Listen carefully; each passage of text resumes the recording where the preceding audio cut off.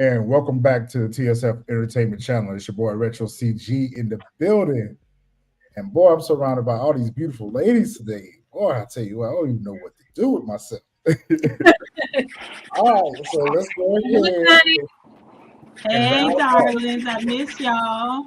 Oh, hey, Miss I mean, I get to see you, because I be down in your chat hiding, but I miss y'all. Retro, you're such a tease. What did you send me that link at like 6:19.2? I'll explain that after we. I'll explain that backstage.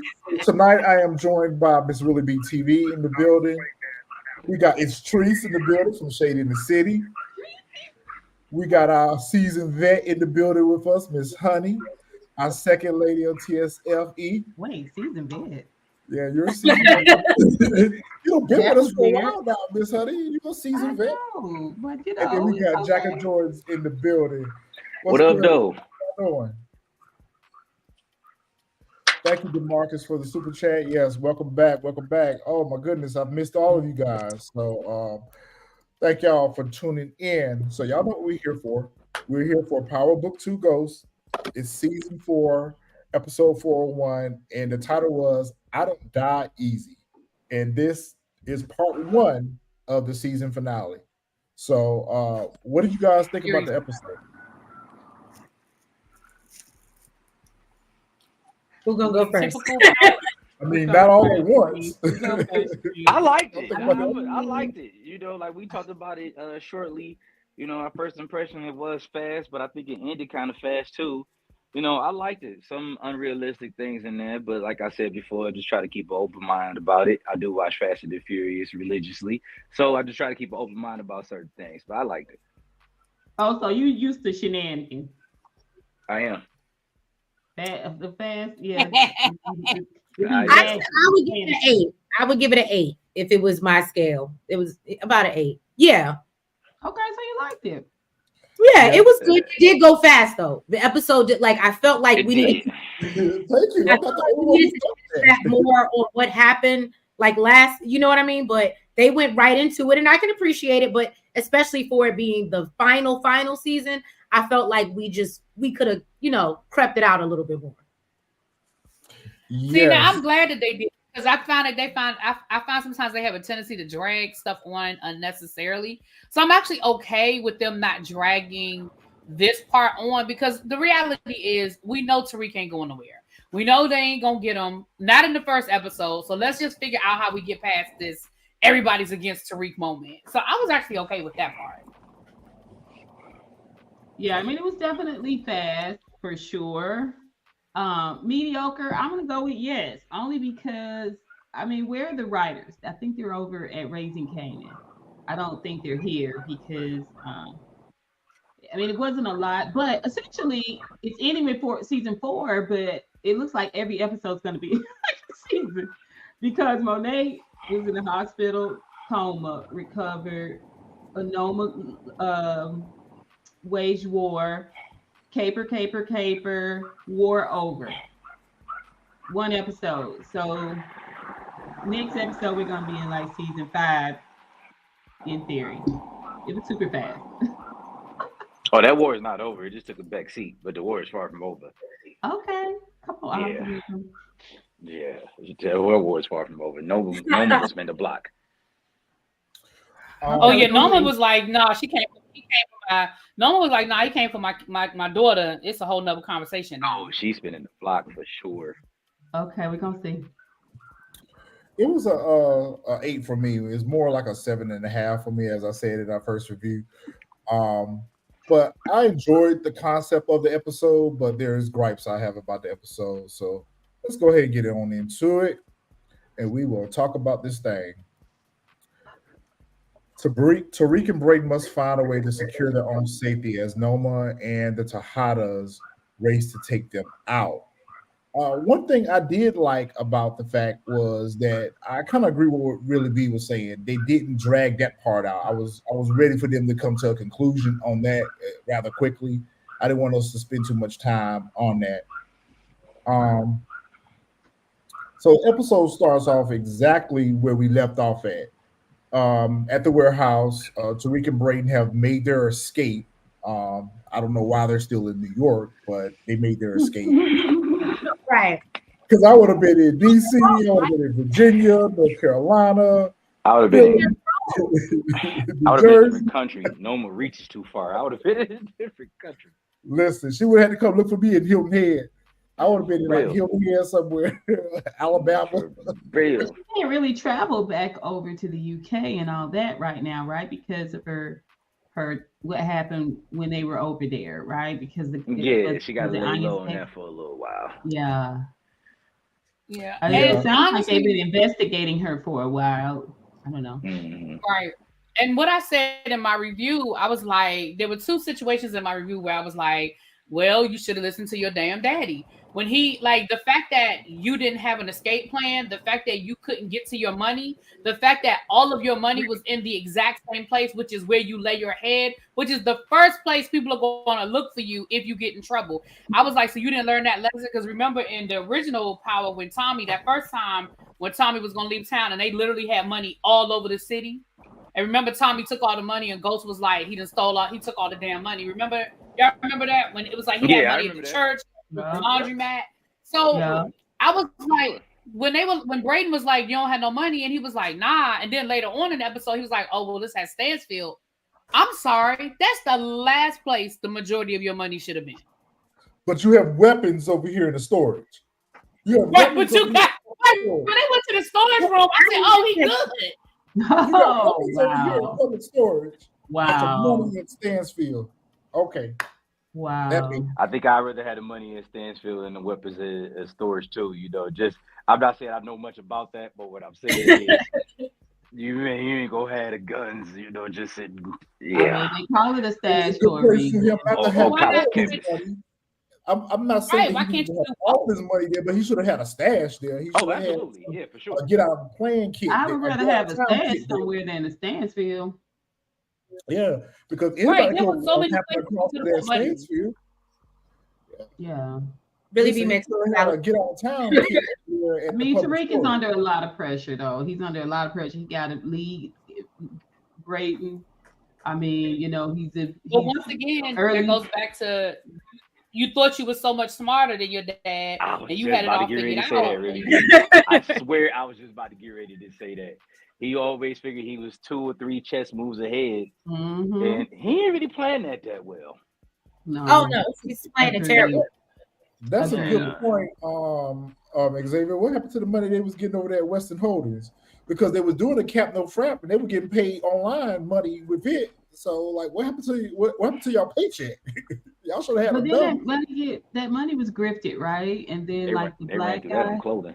Yeah, I'm sure that wasn't like real money. I mean, it was probably a little bit of change, but it wasn't no get out of town money. Nah, it would have been enough for them to get on their way money. That's what I'm looking at. Get on their way money. They need. He didn't have plane tickets. Like, we haven't seen passports. Like, they wanted it to be this John Wick moment, like a little John Wick tease. But John Wick was prepared, baby. You know what's so crazy, Miss Honey? That's the second time I've heard that about this episode. It was giving John Wick John. Everybody's phones vibrated because she had put the $100,000 bounty out. Like, I was like, okay, that's supposed to be John Wick. Except John Wick is not here. I was more so thinking Grand Theft Auto. I was more so thinking Grand Theft Auto, Call of Duty vibes. Yeah. I mean, it was fast like that too, and it just, you know, like, oh, run, get a truck, crash into, and run back over here. We're at the university now, and we're just walking and briskly and dressed like ninjas and talking to nobody, acting shady. And hey, co-star, we missed you too. All right, hey, so Obi pulls up on 2 of the henchmen at the warehouse, Thank God you know his name. I'll wait till you're done. I could not remember this man's name to say. I kept saying Noma's right hand. I call him the eunuch because she's always emasculating him. So Obi he pulls want to supple from her breast so bad, but she don't. Henchman, and he tries to run interference because obviously they know about the green cards. I'm just trying to figure out, how does everyone know about the green cards? This literally was a conversation between Tate and Tariq about the green cards. Why does everyone in the Power Universe now know? Except Noma. Yeah, everybody but Noma. Tariq in cahoots with the eunuch. How do y'all know about I thought they made it like a little arrangement. I don't know, but everybody know about these green cards except for Noma. That's just weird confused. to me. I'm very confused. And Obi obviously is trying to clean up his mess and hide his deceit. So he takes out both of the henchmen because one of them mentioned we know that you tipped Braden off to let them into the warehouse, and we heard about your green cards. I'm like, is it is this the time the green cards or something? Retro. Yeah. Xavier says Noma knows about the green cards. That's why she cut his face. I feel like didn't she? No, that's what she cut his face for. Yeah, that's not what she cut his face. That's what it was. Remember, she found out about she found out about the green cards. I thought it was for something else. No, I thought she cut his face for damn it. Well, what about the other guy? Didn't she stab him in the hand? What was that? I got to go back and watch now because I don't. I got to go back and watch. What about the green cards? Because I think it was like some information that he didn't give her, or overstepped his bounds, or something like that. It was that, Jack. You on the right path. It was something about information he withheld from her. Yeah, you know what? That I think you are right. I feel like that is correct. I feel like he withheld the information, but he withheld the information because he was helping Tariq, because Tariq was doing him the favor. Right. What the fuck? That's correct. That's correct. I don't think she know exactly of what the exchange was for him helping Tariq. Because I think if she would have known about the green cards, then she would have just went ahead and cut his water off. He wouldn't be here with her. His water off. Sure. He certainly wouldn't still be her right-hand man if that was the case. So, yeah. So, I think we talked about this in our season 3 review, the last episode. We were trying to determine whether or not Braden hit Kane when he came in blasting off. So, we saw that Kane got hit. And so, and the first thing he want to do is jump up and fight. Like, bro, you got a man Kane ride it to the end. Yeah, you got a whole heart. You leaking right now, bro. Last thing you need to be worried about is a gun. He was acting invincible. I was like, okay. That was that adrenaline. He already wanted to get Tariq up out of here, and his mom's, and it was the adrenaline. So, yeah.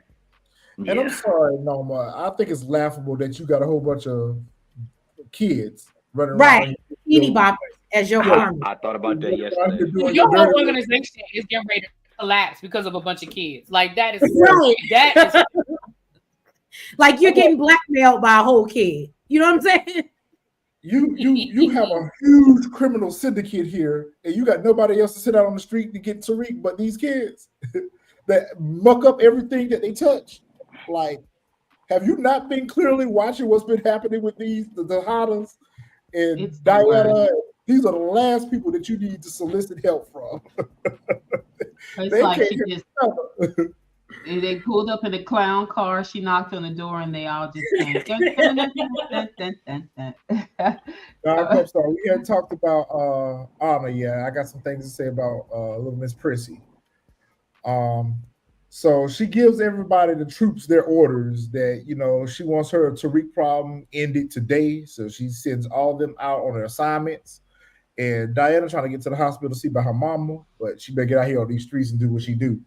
So, and then she even pulled up on Effie and said, "You was messing with Tariq, wasn't you? So you should be the first one to know how to find him or whatever." She tried to embarrass her. She tried to embarrass her. She did try to embarrass her. Yeah, but you see, Kane felt the way about that, right? Yeah, he felt a little way he was all in the crib. His do-rag got a little tight about that.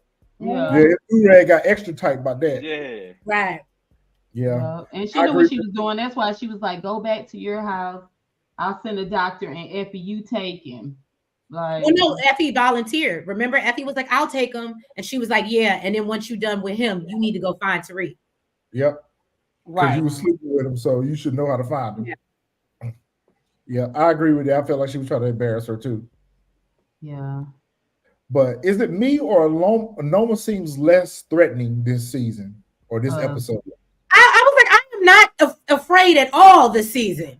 I think she a little she's too much. I think Mecca. she a little too She seems less exposed. threatening. She seems She's very our less. Mecca. She's the next Mecca. That's. I mean, I I said think that she in my way too analogy. exposed. That's what I think. I mean, Yeah, she's just not she great. ain't Like even they supposed to all be come here right on. now. She ain't even supposed to Her be. biggest strength was her being up under the radar, and now she can't even travel. To certain countries. She's a little too exposed. That's how I think it is. Yeah, she I shouldn't even be mean, here right now, and she Yeah. certainly shouldn't even be in front of them right now. I So think she's Mecca. You know how Mecca came on, and Mecca was just so like that feeling when he was, he was in the alley, and it was boom boom pow, and it was just like, oh, okay, this is a real villain. And then The next thing you know, haircut is not frightening. he wasn't frightening at all. He was real meow meow. And now she's the yeah, same way. yeah, Remember, she chopped the lady's whole hand off to get her ring. yep. Like that was so grimy and greedy in first season power. And then now we're at this That's true place too, where, Demarcus. I mean, does she have an accent? I can't remember. It seemed like it come and go. But And whatever. to Dee's point, we're not as afraid of her because we know her weakness, and that's true. Once we got eyes on her daughter, I definitely was like, "Oh, there's no fear in," because now we've seen her weakness. Yeah. Yeah, easy peasy. Foiled. Right. Right. So Braden and Tariq looks like they pull up to like some type of warehouse district or a pier or something, and they just park the car in the middle of the pier and cover it up. It's a great place to hide it at. Nobody's gonna want to look They didn't under even try to there. pack it. They didn't try to put it like they didn't try to make it inconspicuous. They just left it right in the middle with a big ass cover. And put a You tarp remember? over it. Yeah, but you remember James St. Patrick used to pull in one parking space and walk down to another parking space and back that joker out and like you're not your daddy, sir. You thought you were smarter than your daddy, but no, And this looks like the same truck in the background that he Tariq does. ran through with later on in the episode. So I guess Yes. that's It is. I Oh, guess that's a good catch. That's a good catch. For sure. I didn't. When I saw it hit the car, I was like, oh, that's that truck. When Braden drove off and left him, I was like, how you gonna get where he going? And that truck was in the background. Oh, yeah. I didn't. Well, I think that's where the truck came from, but I didn't remember seeing it. But I do remember that's where the truck came from. I did figure because I was like, that's where Braden left him, but I didn't remember seeing it. So yeah, good looking out. All right, so Tariq's at public storage, going in here and getting his weapons that seem to be just in plain sight. He did have his go to work kit in there. He had his work uniform in there, just like Tommy and Ghost used to have. They used to have their work clothes in different stash places, so they had to change it to the all black. Commando SWAT team. Dressed in all black like the Omen. Yeah, they went to go do what they do. I was so Fresh said he still don't understand why they covered up the car. I guess they covered up the car because they didn't want it to be recognized. Right, that's what I was thinking. But it seems like they didn't like really be said. You would think they would try to hide it and cover it, but leaving it out of plain sight, whatever. I mean, it's the motions. They're going through the motions. This is in lieu of actually writing quality storylines, right? Like we're supposed to be implying that they're in hiding, they're on the move, they're on the go, they've got to stick and move. You know what I mean? So Tariq informs Braden back at the storage that he wasn't bluffing about having eyes on Anya, and that he had Pinky following her. And Pinky calls up and lets him know that, listen, she on the move. So if you're going to do what you're going to do, you better get on over here because she got luggage. They fit to get out of town. So they got to hightail it across town real quick or to the, I'm not going to pick at Scabs. I'm not. Let me just real quick. Is that the men's name or the person's name? That character's name? Pinky? Yeah. Okay. Yes. Pinky validates Tariq, in my opinion. She is the only thing that's spy-like to me. And to me, she's the only thing that really validates. Like, that is And a she can sharp, move in on plain point sight. character. I love that character. I wish we could see more of that character. And she moves in plain sight because remember he used her to find Braden's uncle when he was going over there to try to unalive him. Oh, So yes. Okay. he's used her before for other capers, so it was dope to see that that's who he had watching her. And so they rushing her to an SUV to get her out of town, and I'm so Oh, disappointed about this. I'm so disappointed about this. talk about it, Walker meets Retro. up with Agent Young to tell Agent Young, look, you need to just go and find something else to do because this ain't gonna work for you. This ain't working. Like every time we try to go after St. Patrick's, they beat us every time. Let's just move The writing on. was kind of on the wall for him too, though. It was, but not this soon. Not Yeah, this not soon. this soon. Thank you. Okay, thank you. I didn't want to jump ahead, but that's why I didn't give it a full 10 because I felt like they could have kept him alive a little longer. Let him get closer to solving. Like usually they're closer to solving the mystery, right? Or the Or let no him become a bigger threat. Let him become a bigger right, threat because there's so much they could have done with his character, but we ain't even right. got there. We'll get there when we get there. Yeah, So sorry. Yeah, I was gonna say basically, because I have a lot to say, but I'll wait till we get there. I mean, especially since there's like a whole team of detectives, you know, being rolled out this season. Like, you know, normally you see them all kind of working together a little bit. This Right. was just a weird drop in, and then for her to be like, don't educate me. I don't want to hear about this case I've been working on for the last 15 years. Like, no, she's certainly been working on she's It'll be certainly funny. been working on it for a while. But Blanca pretty much lets us know that listen, Jenny Sullivan, she's haul tail to go chase crime bosses, mob bosses. If you want to say any type of career, if you want to have any kind of career, you go and find something else to do because St. Patrick's, they beat us every time. I'm like, I felt like that was a little bit out of character for Blanca. I felt like she would have been one of the ones that continue to want to investigate and try to take Tariq down. I felt like they wrote her to give up too easy, but they're writing us.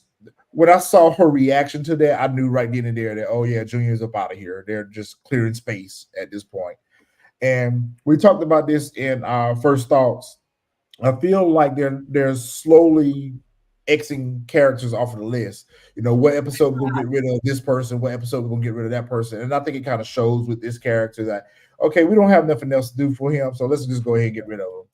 When they I could have do think they were trying to work on it though, because season 3 it gave us a lot of promise, like to. exactly But something happened. Maybe they didn't decide that they were just not going to redo it. You know, bring it back. Then they said, okay, we can come out of this. Let's just get the information into Tariq's hands, and then just exactly. get rid of this character. So, Yep.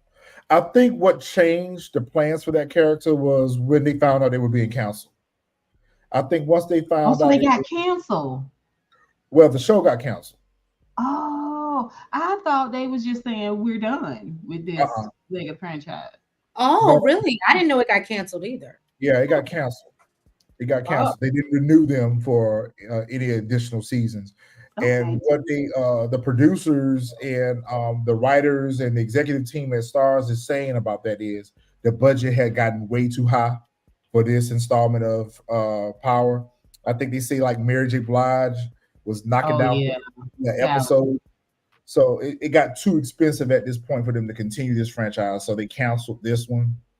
Oh And I yeah. think at the end of this one, they are going to announce another spinoff because I think besides Force, we need another set in real time show. Well, we need writers. well, Can we I was just gonna keep say because finding the writers? I thought they already said they were bringing us Origins. There are origins, but that's another prequel. Right. So in order for them to use these characters, to continue to use these characters, they're going to have to give us another present day show. So I feel like they're going to probably announce another present day show, just like we were talking about backstage. It's going to be the Tariq and Diana show. And can I tell you I'm not here for that? I know it. I'm gonna probably do it just because it's Power, but I'm really not here for it. And if it's not good after the first season, I'm gonna give up on it like I was about to give up on Force. Okay. I'm just telling you now. Yeah, I mean, go ahead. And they may find a way to go ahead and bring the Tate show back because didn't he get voted? Didn't he actually win the election this time? Let me get off this screen because I don't want my face to betray me. They could I don't know if we got to the election. Did we get to the election? I feel like we did because it wasn't the girl left him at the when he won, right? The girl left him. She yeah, that's right. Yeah, that's right. Yeah. When I tell you, really, the Anderson election year, it's like a perfect scandal set off. Y'all better give my baby a show. That's a possibility. That's a possibility. But I more so think that it's going to be the Tariq and Diana spinoff is what it's going to be. All right, so Junior's pretty much telling Blanca that he ain't going to give up, that, you're going to do what you want to do, but I'm going to still look into this case. And we know that he has personal motivation for it. Effie trying to get this fool back to his penthouse because Noma has sent a doctor over there for him to get. Junior is Paz's son. Angela Valdez's nephew. He says, this was a totally unnecessary and wasted story. I think we're going to get a crossover and a new show fresh. I think we're going to get both. I think we're going to get some of the characters that are going over to Force, just like they did with this one. They did the same thing with this one. When Power Season 6 ended, half of them went to Book 2, the other half of them went to Force. So I think the same thing is going to happen here. I think some of them are going to go to Force, and I think there is going to be a spinoff with some of the characters that let's just be honest. They're not going to unalive every single person on the show. No. So there's going to be some characters that walk out of this, and where they walk to is going to be the question. So I think that we're going to get another spinoff, hence the Tariq and Diana show. And then the other characters are going over to Force. Or Tariq may even spend some time over there in Force and segue into another spinoff. So we'll see how that goes. Effie is trying to get this fool back to his penthouse to get his arm sewed up, and he want to go everywhere else but home. He want to go to the Westons. I'm like, why are you going over there? Like, do you really think that Braden would go there? Do you really think that Braden would go there? I mean, it's just stupid. Yeah. And so, Kane is a little hard on her right now. He's still in his bag a little bit with her about when she was locked up. He went to go try to solicit help for her. She pretty much told him to get lost. And so she acknowledges to Kane that, look, I know you sent me that phone. I knew that you were trying to help me. My bad. And so he's like, yeah, whatever. Take me over here to the Westons because I need to go find out where Dumb and Dumber at. I'm like, well, they're not there. They're not there. So she was like, no, you need to get to your house so you can get your arm sewed up. And he's like, you know what? I'll walk. I'm like, how much blood have you lost at this point? You should be to the point of unconsciousness at this point, but it's TV. I mean, I like Kane. I just wanted so much more from him. And I mean, he's turned into this, energy where he's always needs some instructions. He was told to go and look for Tariq, and that's what he's gonna do. Like I said, he's muscles and not math. And also, it's to his benefit. He's never gonna be number one with Tariq around, and he knew it from the beginning. He met Tariq. He's never liked him or trust him because even at Tariq's young age, he's bested him. He's bested him. Yeah, and so he also knows that Effie's finessing him, obviously, but he also, I think, a part of him knows that, and I think a part of him. You think he knows that Effie is finessing him? I think so. I think that's why he's so focused on getting rid of Tariq, because as long as Tariq is around, he's never going to have a chance with Effie. I mean, when she walked around behind him this whole episode and just kept him from killing himself or killing someone else and getting them all taken down. It was just weird. And it's the same thing with Monet did. She always just kind of gave him some direction. Like, he's I don't want to say a wild dog. Hey, Xavier, you make a good point with that. Like, the last person you should even want to try to lay with is Effie. Like, you see how she's not loyal to Tariq. What makes you think she's going to be loyal to you? That's a very good Yeah, point. it's not really about him either. You know what I'm saying? Like it's complicated. I will say this dynamic is complicated, and the fact that she's continuing to help Tariq, and Tariq's got so much venom for her. As he should. He's never gonna love her. He's never gonna love her. You know what I'm saying? Like This that's is this like is the real second, hip third. hop telenovela. This I'm is sorry, like and I think that's why I like Effie and their story. I would rather if Yeah, anybody, because it's like she's willing to do whatever to be, and she's he's a better still fit. Yeah, like she's a and, better fit. yeah, she's really she's the definition of ride or die. Hmm. And she's smart, and Even she's though accomplished, and she's she got gonna be heart. selfish and she's gonna take care of herself, she's never gonna let you put. But she rides or dies for Tariq by any means No, necessary. no. when it suits her purposes. When it suits her purposes. Because this is like the second, third, maybe fourth time that she's betrayed him to kind of benefit herself. I mean, So that's her weakness too. Like she's not sure. What did she tell Kane? I never had anybody truly look out for me. Say they was gonna look out for me and do it. So Right. she's wounded too. She's a wounded bird too. They all are in their own way. It's that's just why they say that hurt people hurt people. that's true. I But really enjoyed this scene right here, and I feel like this is some of Mary J. Blige's best acting on the show. I really enjoyed this scene with her. Um, I liked it. So we get this dope So scene this right was here. some of her best acting. I did. I mean, she showed more emotion besides anger. Most of the scenes that we see with her in it, it always expresses her in an angry moment. We saw a little bit of her being vulnerable. Emotion. We saw Yeah, we saw emotion. emotion. We saw emotion. Retro, to your point, I'm gonna agree with that because the one time I didn't like her acting was when I guess when she was getting angry with Lorenzo and whatchamacallit. And I was like, oh, this is really bad. I get what she's trying to convey, but I was like, this is really bad. But when she was emotional and like I could appreciate it. I do see the growth. It was a different range that we don't see on her. So Right, I enjoyed that. But to your point, when she was getting angry with Lorenzo and Mecca, that's the norm for her. That's the right. norm for her. So I appreciated being able to see just another side to her. And based off of the character description for her this season, it seems like we're going to get her backstory. I know what Real B's getting ready to say. We don't care. It's the last. Why do y'all wait till the last season to give us her backstory? Right. We But were supposed to get her backstory 2 seasons ago. So like yeah, 2 seasons ago. Yeah, yeah. So we're going to actually understand why Monet is Monet this season. I don't Maybe know. she If that's gonna important change. to us Maybe to she gonna know be at a this different point. Monet. I don't know if it's important for us to know at this point, but nonetheless, we're going to get it. So she's in this scene where it looks like she's in a interrogation room, but then she's looking at herself, kind of like looking at herself in a morgue, but then she's looking at herself in an operating room. And she was like, "Yo, I'm not going out like this. How did I get here? How did this happen?" And you know, the ghost of Christmas past, Yeah, yeah. the ghost of Christmas past pulls up on her in the form of Mecca. And they gotta take their digs at her about, oh, you don't know what's happening. You're getting ready to leave here today. all right, you about to die, You're bro. being deleted.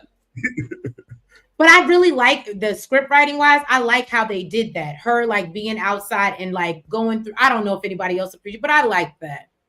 It almost kind of makes you think of an out of body experience where you Right, looking back at yourself and wondering what can you do to fix what's getting ready right, to right. happen. I like that part of it. I I mean, felt you're that way too. you're wrestling with your own guilt and then your Right. own mortality. These two individuals, she had a direct hand in ending, so they speak to her guilt as well. So I mean, it was a good way to convey it. I will say that. I fully admit that Mary always kind of overacts a little bit, so we kind of used to that. But at least it was had some texture. You know what I'm Right. saying? Yeah. Yeah, It's definitely weird that she had eyelashes on and blush and a soft peach lip and a full set of nails while she was in that hospital bed. But that's I digress. I mean, enjoyed her line when she was like, But I when didn't she want see life herself with in her own mind, she sharp. Though she sharp. She's sharp. yeah, in her own mind, she's sharp. Yeah, I enjoyed her Don't play with line. her. I enjoyed her line when she was like, "I didn't want life with y'all, and I damn sure don't want hell with y'all." I Hell, thought that was- yeah. Listen, that was a word, right? That was a Yeah. word. yeah, I enjoyed that line right there. She did that. Here come Call of Duty ops. So, how they got to this hangar, I don't know, but how they knew where they were and How they knew they knew were going to be at the hangar? How did they know that's Well, where they were I gonna thought be? they were sitting outside of the. Oh no, because Pinky, right? Pinky said, "Oh, but they didn't know where they were going." right. Did Pinky follow them and tell them? Maybe it's to interpretation. It's to Right. interpretation, but nonetheless, they get the drop on them. And I think to myself, you got all these hitchmen here. Y'all should have every area covered. Like y'all should be like spread out in a grid. Like somebody should be watching the door, somebody should be watching the plane, somebody should be watching, you know. But either way, it's Tariq and he's genius. He outthinks everyone. And Everybody. he outthinks everyone. He's just the smartest person in the room. And so, like, yeah, you got a whole gang of dudes right here. Like, y'all should have been spread out, you know, covering all bases to make sure that there was no one that able to get the drop on y'all. But you know, they're mindless thugs. So I mean, So you didn't like the truck in a mindless thug hand and just say, "Stand here." retro. You didn't like the whole truck running freely down the runway, and you didn't like that. That you know, never mind steering. Steering is not important at all. Steering is not important at all. I can just put a brick on the gas pedal and it'll drive straight. But when you were talking about salaries, I was like, okay, that makes sense. Because I was like, it ain't scenery. It's just a series of warehouses. Yeah. In Stansfield. Yeah. But you know, they keep reusing these. That's what I was going to say earlier. You brought that point up to me, Miss Honey. That's what I was going to say earlier. They reuse a lot of the sets because how many times have we seen this hangar? We don't see this hangar. Zeke got unalive here at this hangar. They went to Milan from this hangar. Shot it from a different angle. And there's no people milling around. Like, there's no, you know, Ghost and those used to be in the city. They used to be standing on the street corner talking. It was street noise behind them, like in restaurants. And it's just, they Fresh never said this whole scene pissed him off. I just want to know that when did now I'll give Tariq a little bit more credit than I will Braden because I mean at this point he's a serial killer and he's probably unalive about 60 people. He's unalive about 60 people, but Braden, who just an hour ago at this warehouse couldn't make I hit somebody. I think I hit one of them. Yeah, I think I hit one of them, but now he's a sharpshooter. Don't do that to my Braden. He'd be ready to stand up and stand down. When Tariq I don't think it's filmed in New York anymore either. I think it's filmed at Tyler Perry Studios. That's where it's filmed at. Well, can I ask you a question? And this is so random. How do you think shooting is going to go? And it's sad that they're ending now that he's bought those studios down in, what was it, Mississippi? Mississippi. Yeah, and he bought all that land for filming and studio. I like trying to do his own little Tyler Perry deal.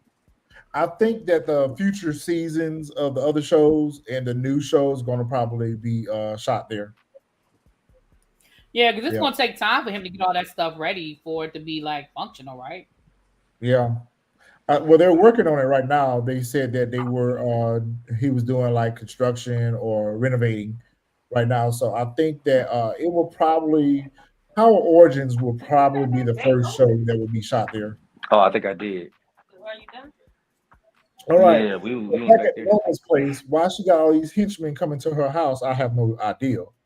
Of all places where you want people to not know that you are a crime boss, just have them come to your house. Right. Just have them walk in your house looking all beat up and bloody. Right through the front door of your secure building, I'm sure, on like Park Avenue. Like, just have them walk right through the front door, no problem. Yeah, right to your penthouse. Yeah, right to your penthouse. Walk right on in. So Noma's like, what the hell going on? Like, y'all didn't catch them? Like, how y'all let them get away? And so she put all of them up out of there. And Obi, I really like what Obi was trying to do. Let's see if we all on the same page with this. So Obi is trying to do everything he can to kind of keep Noma off the scent of him. So I feel like him pushing up on her and flirting with her, that was a diversionary tactic. Okay, because all I saw was him trying to get in Noma's drawers. Okay, and I feel like he's always been looking at her like that, low key. No, that was a diversion. That was a diversion. Okay. Yeah. Yeah, if he felt like if he could, you know what I'm saying, rock her to sleep gently.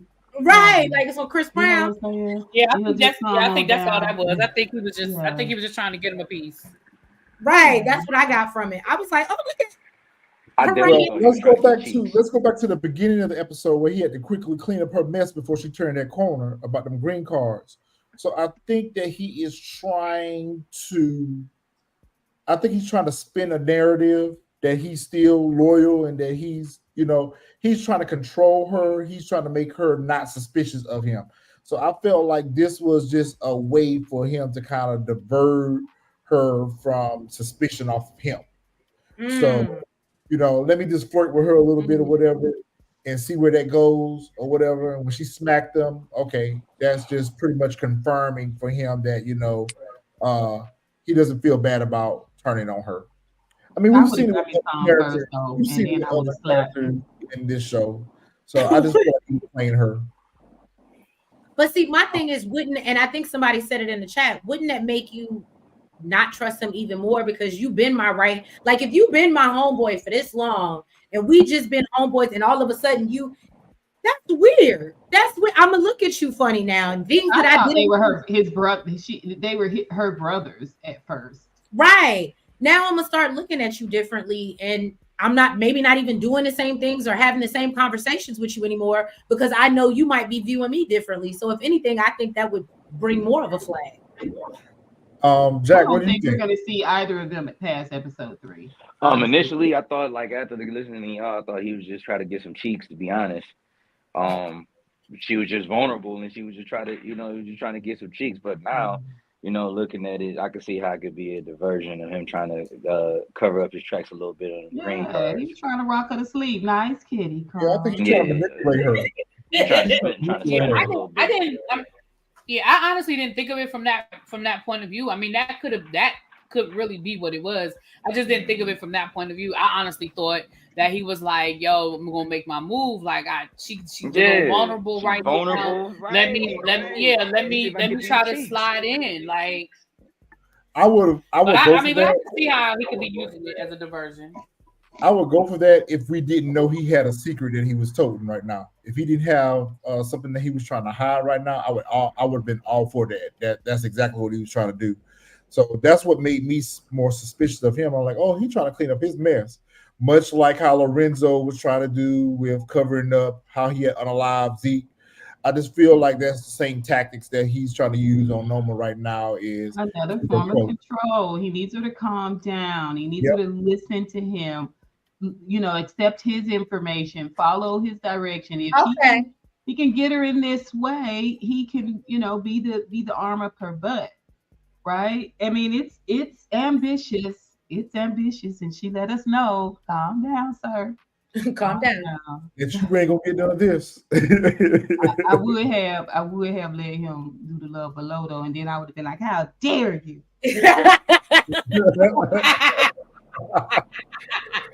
That's a good question, Cubstar. I think that Kane will delete Obi. And I think Noma's gonna get the go ahead. Yeah, I think Noma's gonna give the go ahead, and Kane's gonna be the one to take him out. Go put in that work. I think Noma's gonna do that one so much. I think Noma's gonna do that one. Yeah, I think she's gonna be the one to do it for sure. I mean, we need to see her be a little bit more vicious. Yeah, that's gonna be personal. I think Noma gonna do it. I do agree. I think that Kane will take over his position as number 2. Yep. Oh, for sure. Kane ain't making it out this season. So here for Anya. I feel like she's gonna be a little troublemaker, and I'm so here for her character. She's a spoiled brat. Yes, it reminds me of Tariq. She's gonna stir up some shit. She's gonna call, but she's not stupid. I'm sorry. Go ahead. I'm sorry. No, what you say, really? No, I'm saying she's a spoiled brat, but she's not stupid. She sees right through her mother's shit. Yeah. She's a brat. Mhm. She's not. And she naive. told her. Yeah. And it She was told a her. So tender that's why I'm moment. like, okay. Yeah, it was a tender moment. Like she let that She's brat holding go something at over that her mom's end. head too. Yeah. Well, Okay. wasn't that her dad though? The one that Yeah, that was her dad. Well, wasn't that the dude that they deleted in Milan? Yeah, I That was her thought so. Oh yeah, that was her dad. Yeah. For a second, I thought it was Mecca, but now that you said it, it was the dude in Milan. It was the dude. Yep. It was the dude they deleted in Milan, right? Mm-hmm. Okay, so obviously she doesn't know that her mother is behind that. So of She course we knows know that something's going on. Yeah. Tariq is going to reveal that to her, and that's going to become Tariq's new love interest. She's going to help Tariq take down Noma. We see the DNA already. Oh, Yeah, but listen, sure. can we have a moment for the vibe and the makeup and the beautiful melanin, baby? Yes. Oh She's yeah. giving us all together lovely, Oh, yeah. baby. All together lovely. The get up, everything. You're I right, liked all of it. quintessential. Quintessential, you took the words right out of my mouth. She'll be at Stansfield next episode. That is so smart. In the same Be at room with Stansfield Tariq. next episode. Everybody goes to Lord, Stansfield. that's Yep. Yep. Everybody be in that In the same same room. class. Everybody got to go to She's gonna be in class Stanford. with light-skinned Keisha. She'll With be in light-skinned- canonical with studies. light-skinned She'll be in Keisha. canonical studies with Tariq. Yep, she'll be at And Stansfield like next you week. can In Tariq and Zeke's old room. Yep. You're gonna be Y'all Diana ain't the got one roommate. normal. You're gonna be Diana the roommate. She's gonna be at Stansfield And an tomorrow. accelerated course and everything. Right. yeah. They're gonna be in canonical studies together. Yep. Yep. We see it. I don't know about that, Custer. And support came and said, hate to say it, but Effie is not gone, and she's Effie- not gonna go. Effie's gonna die trying to save Tariq. You And think it's so? probably gonna be Kane that's gonna shoot her. It's probably gonna be Probably Kane that. that's gonna shoot her. She's gonna Try to probably be shoot trying to Tariq. save Tariq. Yeah. I can see that. Because look Make at it 100%. again. We got No, to because go back to my Shakespeare. All right, go back to my Shakespearean mind. She's gonna be torn between these two men. We saw it in this episode. Even while she was still riding with Kane, she was protecting Tariq. Mm-hmm. And like we said, So, Miss Honey, Effie she does have a lot of die. Yeah. She gonna have to make a split decision. Yeah, Effie I gonna have a lot of heart. I agree with you. Effie has to see go. that. I could see Oh, Effie. definitely. Time for Effie to go. She'd have been around too long. But for some reason, I feel like Noma's gonna be the one to take her out. Oh no. Noma? Okay, I don't know about that Because one, I think but what's again, gonna end up I don't know. happening. There are two things I think that could happen. The first one is Tariq is going to reveal to Noma that it was Effie that really gave him that ideal about looking up her daughter and found her. Two, she could delete. I don't care. You Well, don't think she Dirty did- Diana can get her hands dirty? I don't think she trusts none of said in them. this episode, Right. Again, they're a group of kids from the block running our organization. But she said I in mean, this she don't have to shoot Effie. She don't have to kill Effie. She just send somebody to do it. She can send that idiot Drew with his tiny hands. That's- Hopefully, he'll just stab her because he's Drew is supposed to be dead. Why are you I here? can't wait till we get into that because he had turned into a whole new character. Okay. But she a whole new But she hole. said in this episode that Tariq went after her daughter, and that was unforgivable. So obviously, that's a sore spot for her. And when she finds out that Effie was complacent in that, and that was the one that facilitated that, that could be motivation for her to get rid of Effie. And the second point to that was she's also got Kane's nose. So getting rid of Effie also gives her more control over Kane too. So those are the two reasons I can see Noma taking her out. I can see that, but I guess when I was saying she don't care, what I was saying was how does Tariq convince her that it was Effie and not him? You know what I'm saying? Like, what proof would he have that would convince her? That's what I was meaning when I was like, well, he don't like, because how do you prove that at this point? How do you prove it? It's his word against hers, and so like I don't think she cares at this point, other than the fact that her daughter has become part of the game. Sure. I mean, at this point, she should be eliminating all of them one by one. Here and there, she should be eliminating them. They are all liar. She should be embarrassed. I mean, this just shows you that she's running her empire from this really limited point of view. Right. We don't have to repeat what. So poor David said Drew's the NBA housewife. He's something, man. I think that 2-Bit is either going to try to come back and collect some money from Tariq. He's stayed pulling up on him to try to shake him down, or Tariq is going to solicit 2-Bit's help for maybe some protection. Or I'm about to say, I think 2-Bit called it even once he gave him the keys to the Porsche. Yeah, but we see that Tariq gets the Porsche back. Oh, okay. And don't messed up. It probably don't messed up. Ooh, it smell like weed and it's raggedy now. It's got a gang of miles on it. The tent peeling. The ash, you got ashes all burned in the seat. It's a whole bunch of old ones in the background, in different states of decay. Yeah, so silly. So Anna and Noma have this conversation, and the daughter she's an unruly teenager, just like most of these teenagers are on power. And so she doesn't really understand what her mom. I guess my question to her is, what do you think that your mama do? What is it that you think your mama do for a living? Like, how do you afford this lifestyle? Everybody on the show disrespectful to tell her that, listen, there's threats out there coming after us, and I need to keep you safe. And she's just having a tantrum and storms upstairs or whatever. So this girl is gonna be a problem for Noma. If she know, like I know, she should have just let Tariq get her, because she gonna be a problem. She's gonna be a problem for Noma. She gonna bring down Noma's whole operation. Watch. She gonna be the end of her mama. I just find it crazy that all the kids out here are disrespectful towards their parents. Every show. Dude. Okay, Quintessential says Noma's in the art business. I was wondering what her legit business was. Rock sells hair and Noma sells paintings. Okay, got it. She was in the art business, that's true. Yeah, Xavier, I was confused about it too. What was Noma's legit money coming from? Yeah, this little girl gonna be a problem. She's gonna be a problem. And I love it. Like I know she'll lock her up in the room and don't never let her out. But she'll be at Stansfield next week. I was gonna say she's gonna go to Stansfield and she's gonna shake some stuff up. Yep. I just need to know why the Western's still there in that brownstone.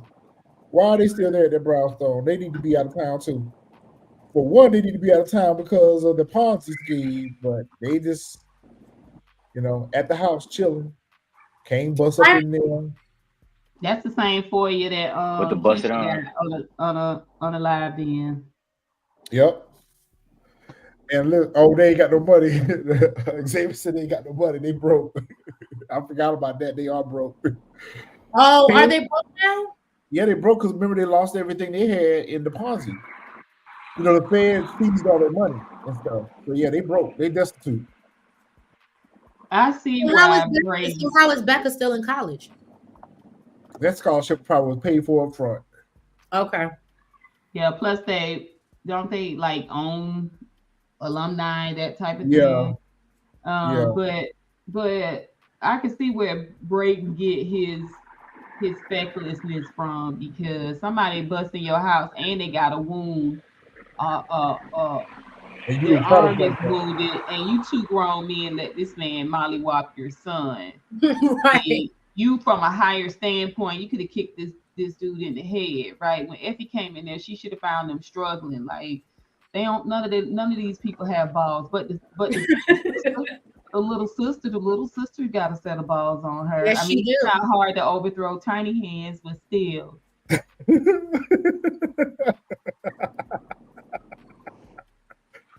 Oh, yeah, he was working Trace. He was working him. Man, he worked Trace over. He beat the brakes off that man. And that wasn't even his dominant hand, right? Like, he mollywopped him. He beat him with a weapon, didn't he? Yeah, but it was, his gun hand, the arm that he was shot in, right? Yeah, this should be completely numb right now. He didn't get numb until after Effie came into the china shop and got the bull out of there. Then she Yeah, took it back home. yeah. She took the bull home with her. Yeah.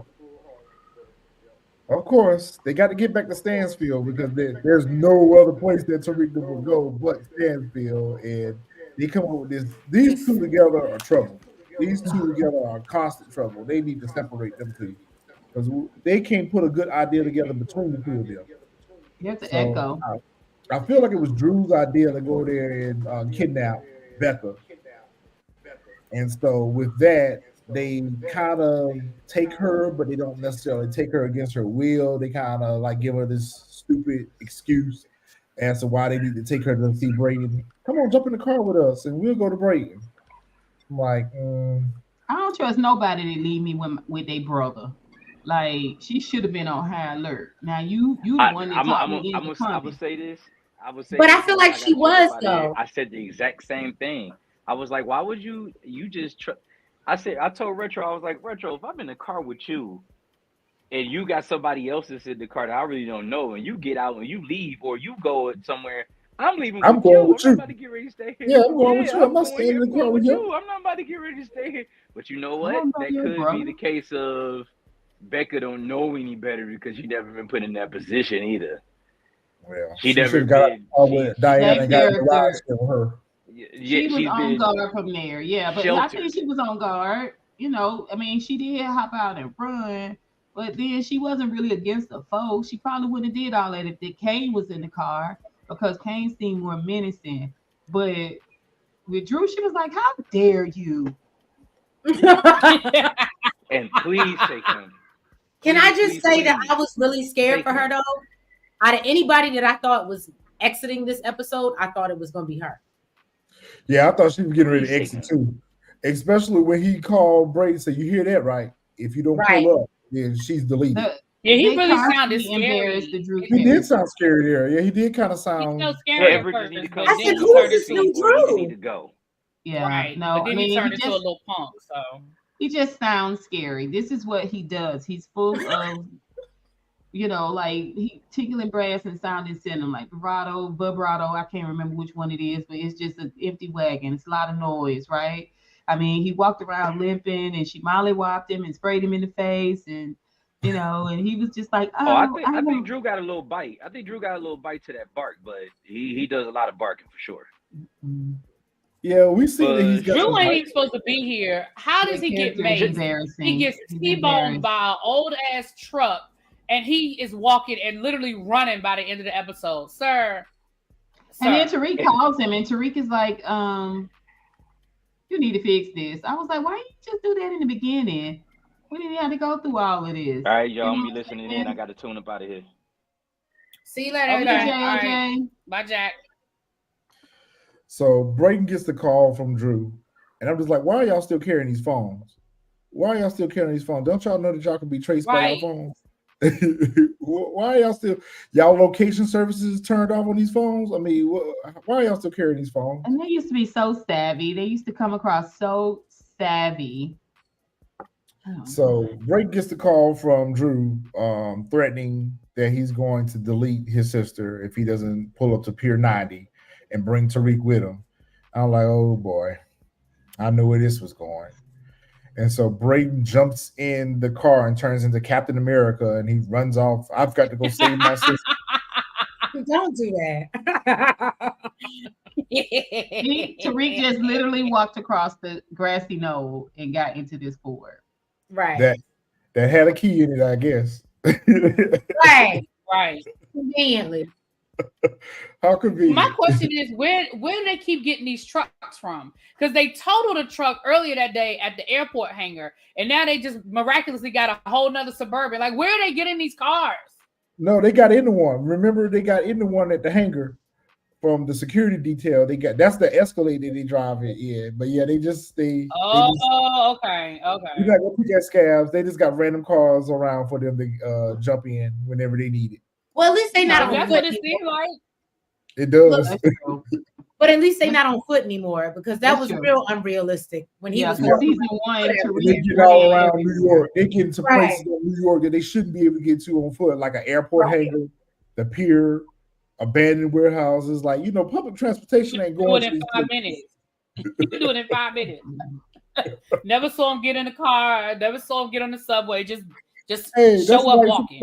Power all this happened in one day too. Now all this happened in one day. Within hours. Within hours. Power auto. I agree. All right, ladies, this y'all yes. That was the best scene of the whole episode. I'll let y'all talk about this. That was it right there. That was it right there. So I told Really B I was upset that we didn't get no Kate this episode, but I said they made up for it with Davis because we got shirts off. It was those dark, supple nipples. The way that the water. I'm so changing the slide. Yeah. The way that the water cascaded off of his muscles. Yeah. And he had some pretty. You better give him this, honey. Power after hours. Power after hours. Power after hours. Okay. You know what I'm saying? I did want to dry him with my tongue, but that's not. Oh my! I really enjoyed. I enjoyed the way he had like some pretty regular looking girls in the shower. Like they were could have been my friends, you know what I'm saying? And I would have slept with their man. Yeah, so yeah. That's why I say they wrote their own scenes because this was so season 1 that the man, like he was a real big whore. Only got one. And I don't know what to do with this. Come on, Method Man, aka Davis, for being so fine. Yes. Help. So poor Retro. Look, Jack left at the wrong time. He could have stayed another 10 minutes to help you out. Right. I mean, I wanted to see like a little handcuffing action because they showed the women breasts. Like they ought to show us the V. You know what I'm saying? Give us a little V action. You know what I'm saying? Just put a little hand there or something. That would have been cute. That's true, Kiwan. That's how he was acting about his professor. Oh, Kiwan, you gonna do me like that? Not pinky toes. Pinky toes come up every episode. Really? That's how you know Kiwan is that's how you know Kiwan been here for a minute. She remembers season 1. Pinky toes. Kiwan, why you put me dirty like that? Now listen, I ain't go into all the descriptive details of what I want to do to Miss Milgram, but her pinky toes, the knots on her pinky toes.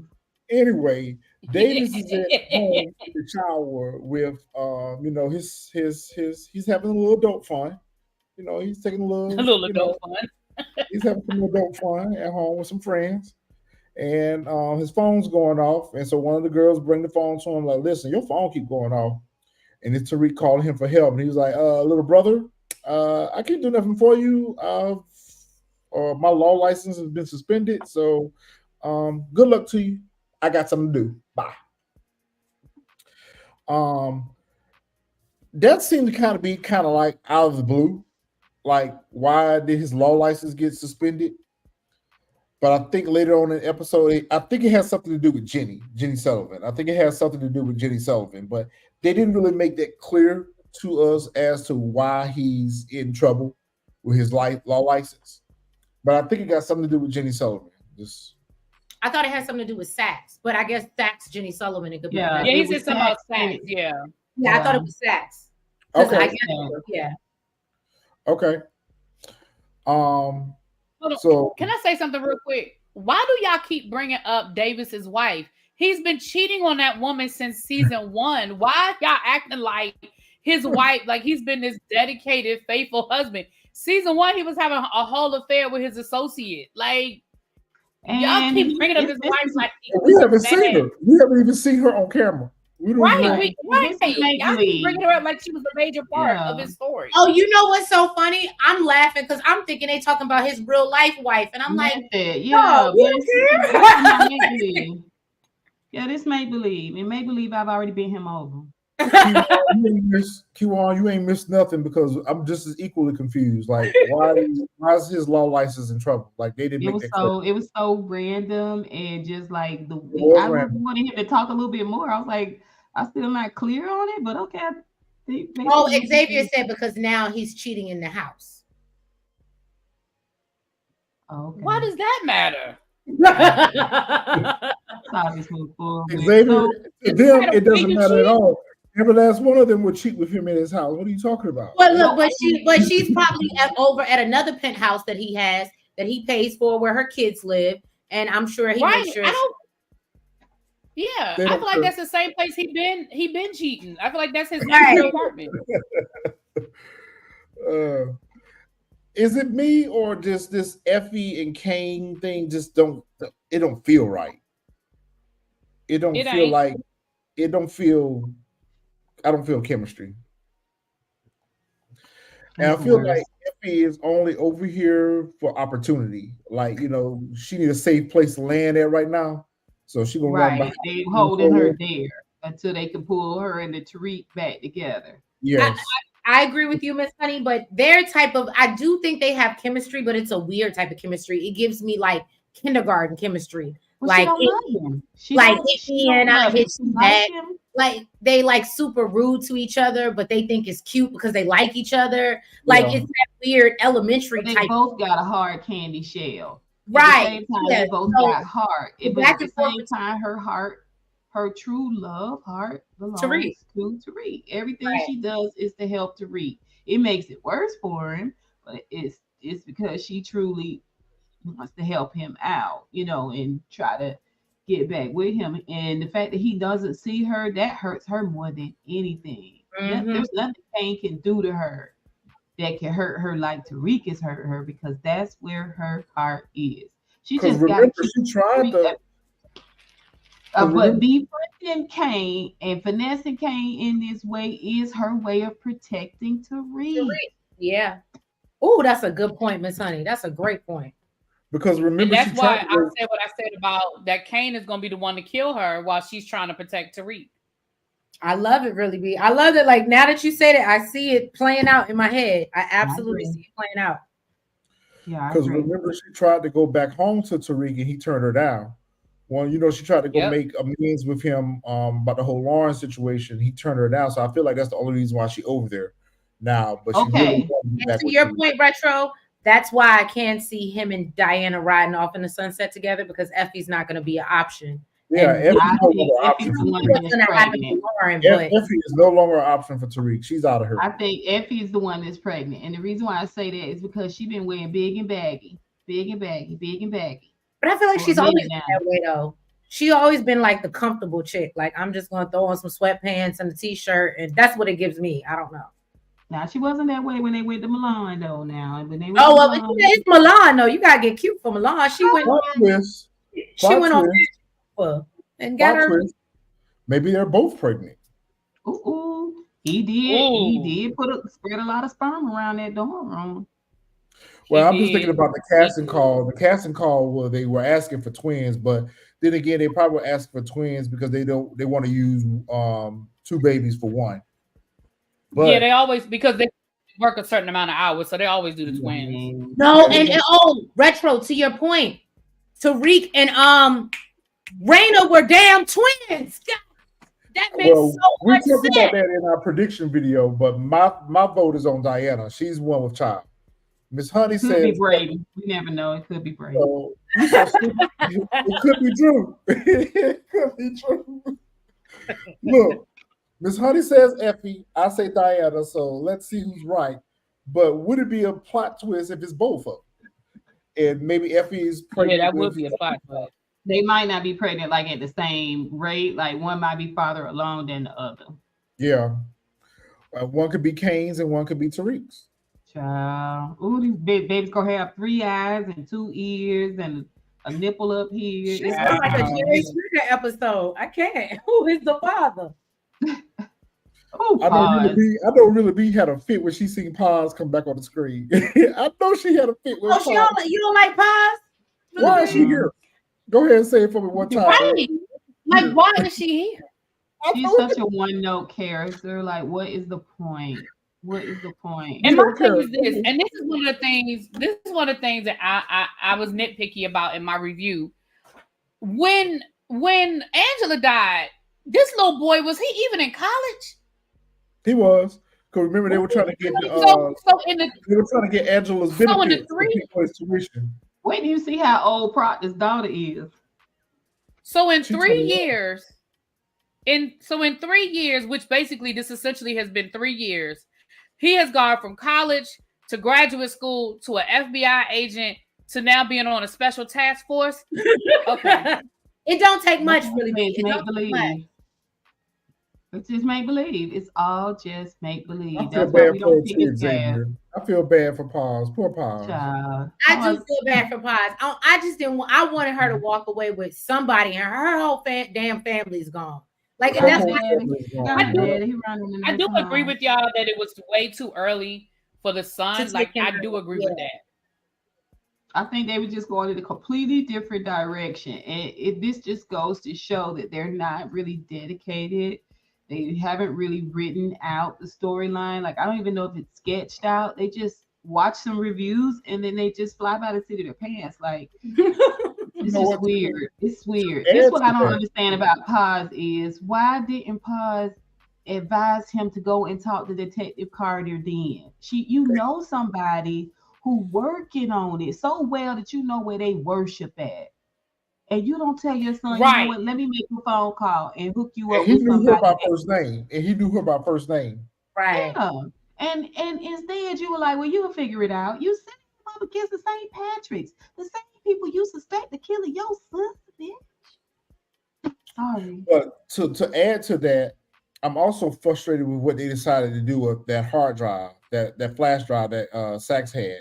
I'm equally frustrated. Because I feel like they could have done more with Junior, and they could have done more with. They built up so much suspense around the flash drive, and all it had on there was Obi's green cards. We don't care. There's so much that Sachs could have left behind. Besides that, what about the fact that Tariq unalived his father? I was going to say, didn't he have that on tape from him going to visit his gravesite? Yeah. But he didn't mention that. Remix. I feel like this whole thing right here was a remix to go ahead and unalive the character quickly, so we can move on to the storyline. Yeah, so we can move on to other storylines. This was a fast. And now we can say whatever we want is on that hard drive because it wasn't like in the past where they were all meeting the round table and go over what they know, all the law enforcement and all of that. They just splintered that up and put it all into Tariq's hands, right? Like. And I feel like when I found out that it was the St. Patrick's, there should have been a conversation with Junior about how dangerous they are and what they all have done. Like, you need to walk away from this case. Or to Miss Honey's point, hey, I know somebody that you can go talk to about this that could probably help you, but you don't need to tackle this on your own because everyone who's went up against the St. Patrick's ended up dead or missing. Yeah, she was so passive about it. Like, you'll be fine. You'll figure it out. That was my frustration with that. This whole scene right here, she was too passive about it. And she used to lose her mind with Angela. She used to lose her mind with Angela. The very mention of ghosts. And here she's just like, oh, you'll get to the bottom of it. Hear me out. I do think that she could have been more passionate, right? However, I think that him being probably like the man of the household, being around his mom, knowing what happened to his aunt, I feel like even if his mother would have told him, he wasn't going to listen because he was determined to right the wrongs and you know what I mean? Like make his mother happy. For advice. He went to her for advice and said, this is what I got. This is what I want to do. I talked to Blanca, but she didn't listen to me. You know what I'm saying? I just feel like this is really, really important. And then, you know, this is what she gave him, Bupkis.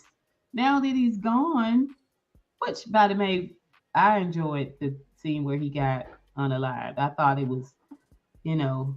Well, I do think what he said was kind of, but it was kind of like, yeah, I mean. It was gritty and grimy. I mean, we needed that. It's just a bunch of capers that really just don't, they fall flat. They're anticlimactic. So I did enjoy that. I wish that they would have just, I hate to say it, but I kind of wish they would have just went ahead and let Monet just leave and just. I feel was like that the only one? I was okay with her leaving here. Yeah, I was okay with her leaving. We could have got more out of the story.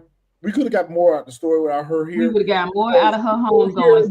The same thing that we've got for the last 3 seasons. Her hooping and hollering at the kids. Right.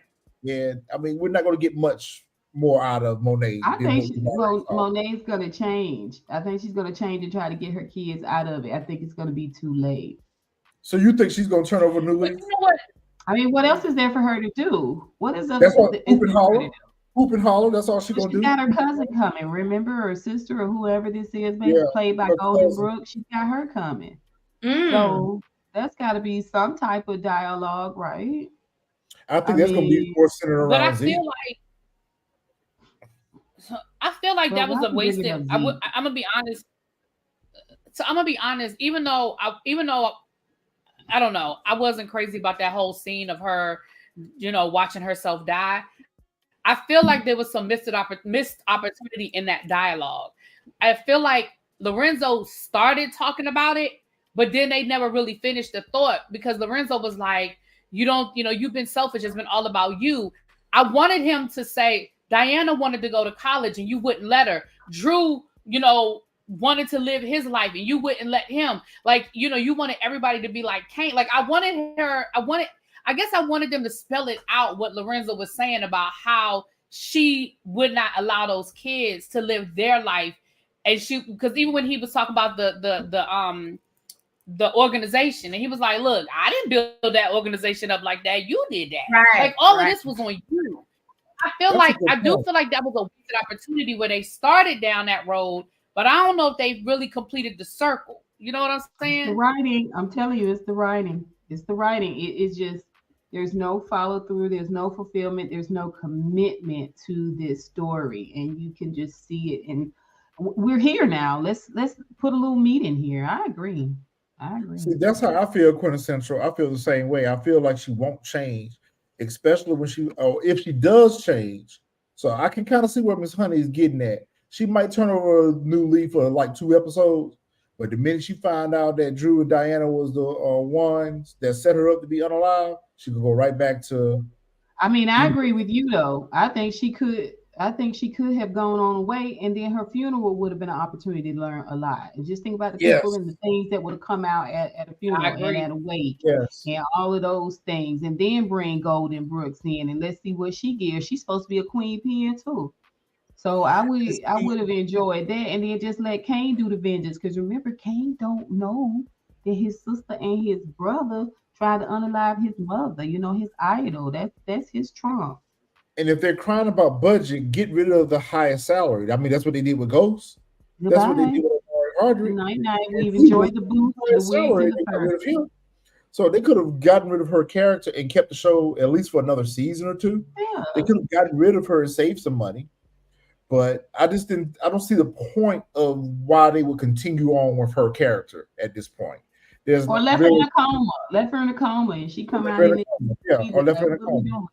Yeah, she didn't need to be here. She could have went on the hell Well, with they them. could have left her in a coma and went down memory lane. Like she could have had a drink. We could have seen, Flashback. like you said, we could have Yeah. seen her with the sister. Right, flashbacks. Like I agree. Well, she's gonna be up and walking next week, so she had no complications at surgery. She took The way them multiple. eyelashes was still fixed on her lid like that, and not up here and down She's fine. here. She's fine. Oh, She's fine. She's good. She's good. He like she good. She fine. She good. yeah, yeah. Diana gets a call while her mother is in surgery in the process of dying, that's having complications. But somebody saw fit to call Diana and tell Diana, hey, you better get over here to the hospital and see about your mama. And she tells Drew, and Drew's like, well, if you want to go see about her, take a cab and put her out on the street. Right. They Wow. want him to be ruthless so bad. They Man. really do. But he actually gave it. Can I be honest? Yeah. It's You not put like her out on the street and said, well, get there however you get there. And I'm like, Miss Honey, old girl in the back seat should have got out with her. right. No You shoulda. ain't no boy. I don't care if that is their brother. Brothers. Right. She should have got out with her and went with her. Look at she just sit back there, a lamb being led to slaughter. Right. I No, literally she no thought she was lamb. alone. She ain't no lamb. She the one that brought the cocaine to the party. Remember she offered Diana cocaine the first day they moved in together? She ain't no Oh, lamb. go ahead, Miss Honey. She ain't no lamb. They want to give us damsel. They want to give us I damsel. think Kane is going to unalive Drew too. I feel that way too. Yep. So I'm okay somehow, with that because Drew was supposed to be dead. So yeah, he's supposed to been gone. He's supposed to been gone by now. Way long gone. So they pull up to the same spot where I feel like Tariq and Brayden's car should be parked at, but nonetheless. I mean, look at it. He looks like an Ethiopian cab driver. I mean, his head barely covers the top. Listen, Becca I mean, with the I work feel like she on was now Drew fighting in him. that Like, back stop seat. doing yourself. Becca with the work on Drew in that back seat. She pepper sprayed him, and Stop hitting yourself. Stop hitting yourself. He was like, ah. Yep. She was like, They ah. struggle for the phone, and I don't know why the doors weren't locked, but they struggle for the phone. She jumps out, she runs away, and Braden pulls up in the nick of time to save And her. gets out of the safety of his vehicle. Okay, Yep. gets out the safety vehicle and chooses to run on foot. Yep. He's not the smartest, but you know, his heart is there. His heart. His heart is there. Tariq T-bones him, and somehow, I guess his shooting lessons he must have forgot because he couldn't get a clear shot on Drew for nothing. But or at least he jumped out of the car with a gun. I mean, Braden knew he went to save. Don't do that. The stoplights, he should have been. You know what I'm saying? He should have been locking and loading. You know what I'm saying? You pull up and get out of your answers for y'all to run together, like. Yeah, he should have pulled up shoes, right? He should have pulled up shoes, right? Pulled up with bow. Yeah. And back up off of me. Now, I did like Tariq in this scene right here. Y'all know I don't see it for Tariq, but I did like him in this scene because Tariq jumped out and was talking cash shit. He's stumbling and shooting at the same time. He's like, what Kane gonna do? What you gonna do? He was a little boss right here. I like how he jumped out and handled it. He was talking his ish. Yeah, he was talking everything is geared toward him being this leader, smart, cunning. He's Ghost. I mean, he's not Ghost, but he's a Diet Ghost. Right. He's like a Diet Ghost, right? Like Stevia Ghost. A Diet Ghost. That was a good one for Diet Ghost. Yeah. Monet's in surgery and she was like, bump this. I ain't leaving here. I ain't going nowhere. I ain't ready to leave here yet. She was not finished. Mary J. Blige said, you would not show my braid down. That's what you would not do. Y'all may not be able to get this wig up on here, but you need to put me some lashes on and a light blush and a peach lip, okay? And I'll lay in this and play like I'm Lord. Why won't they take this hair out of Zeke's head? This wig here. I hate this wig. Take his hair out of his head. But this is how she remember him, with golden tips. I'm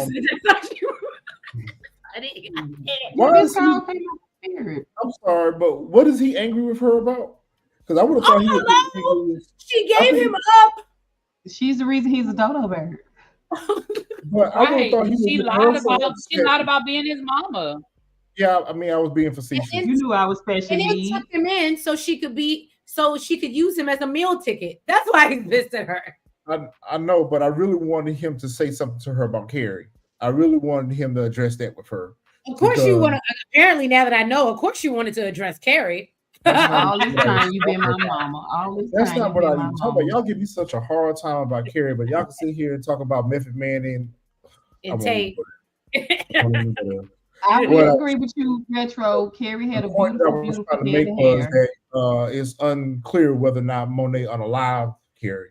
So I was hoping that would have been part of the conversation that would have came out. That you unalived Carrie too. That's right. But he was never really sure, though, that he did. He was just really convinced that she did have something to do with it. She was really good at talking him out of it. But I would like to know if she did it once and for all. Yeah, that's what I was looking for. That's what I was looking for, just confirmation. Mm-hmm. Oh, we don't know. Another missed opportunity. Yeah, it's a missed opportunity. If you bring this character back, and this was one of the last things that happened with that character, just like with Mecca and Lorenzo, they addressed the things that happened in their last moments with That family too, that she burned out and turned and had Drew's lover kill Poppy, and then they sent him over there to kill the whole family It and was just a missed stuff. opportunity to give us confirmation that she really was that ruthless, that she went over there and done that. Yeah, it should have And looked like especially 6 when she cents was off of that asking for mug. redemption, especially since she was asking for redemption, I was looking for that to be an opportunity for him to address that with her, like, you're evil, you did this to Carrie or whatever. I was just looking for confirmation. It was And just they could have gave us flashbacks. They could have gave us flashbacks. Like I they didn't could even have need flashed. that. They didn't even Just the need the character. conversation. Just the conversation would have been enough for me. Just the confirmation would have been enough for me. Yeah. Right, and I feel the same way. I said the same thing. Like why when I was watching, I said the same thing. I was like, so we ain't gonna talk about Carrie? We just going, okay. Well, yeah, Gaming made a good point. He said, oh, this is Monet's head, so Zeke wouldn't say nothing about Carrie. Monet doesn't feel guilt over that. Right. It's all this coming from her own guilt. Guilty over, yeah. But that's what I'm saying. Like a montage of everybody that she had killed, they could have just been stills.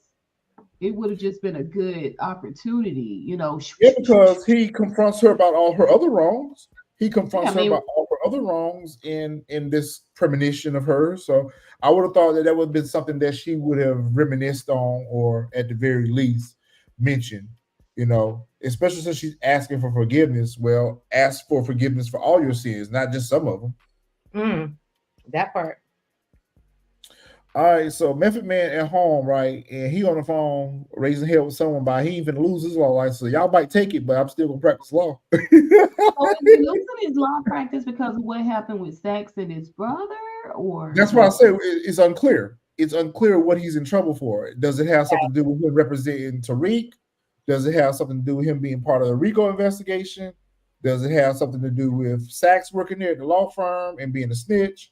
Like, they didn't make it clear as to what he's in trouble for being disbarred. But anyway, I was scared he was going to lose more than his license this scene. I was scared. Yeah, me too.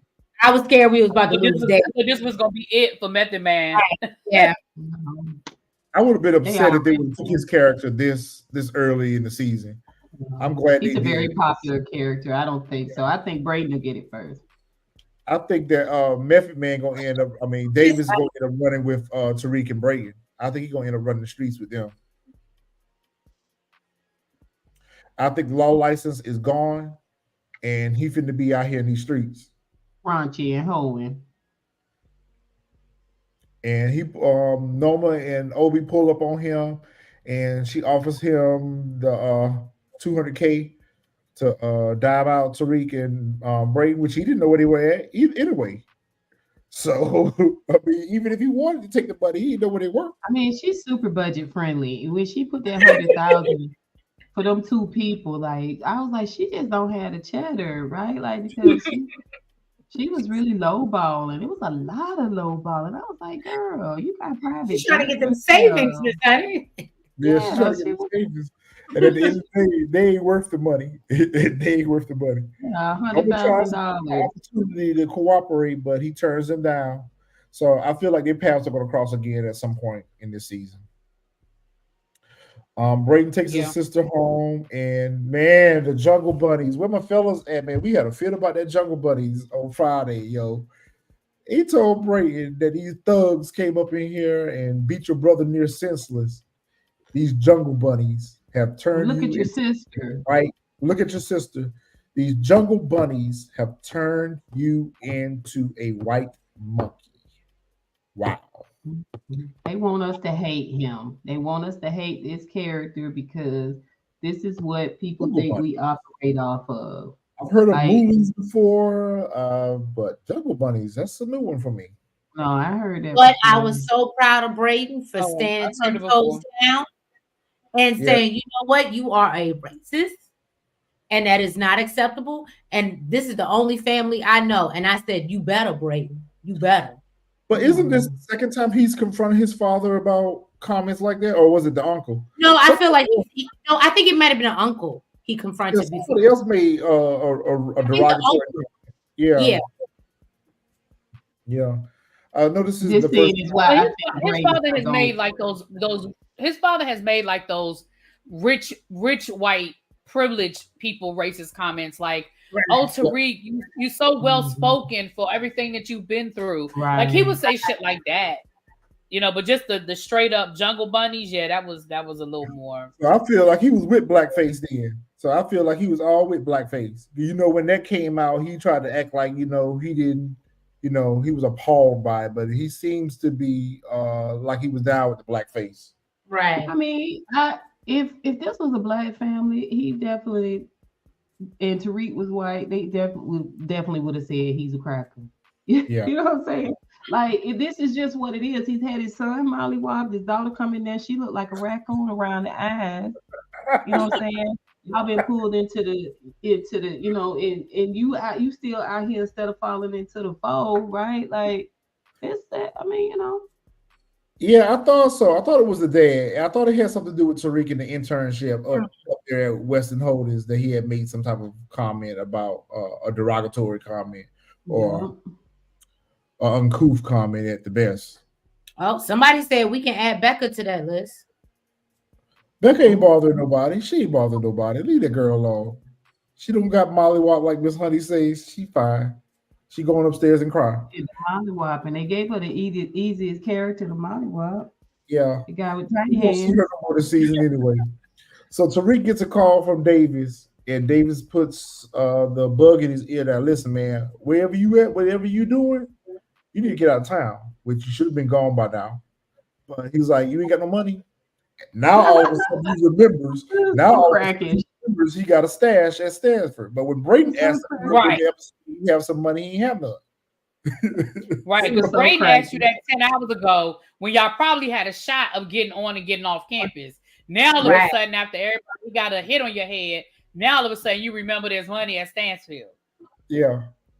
In the old AV room, at Stansfield, like of all places where you can hide this money at, a public place, college campus, great place. Yep. So when did Davis and Tariq transition to this little brother, big brother relationship? When did that occur? I mean, Davis always been grimy. That's why he chose him as a lawyer. Yeah. He's supposed to be Proctor, remember? Oh, okay. Well, this was. Remember, Proctor was on drugs too. Calling him little brother. This episode makes me feel like he's getting ready to go out here and work these streets for Tariq. Yeah, but that's the leverage. That's the leverage. Wasn't he there when his brother was, when he unalived himself or decided to, or something like that? I feel like he was.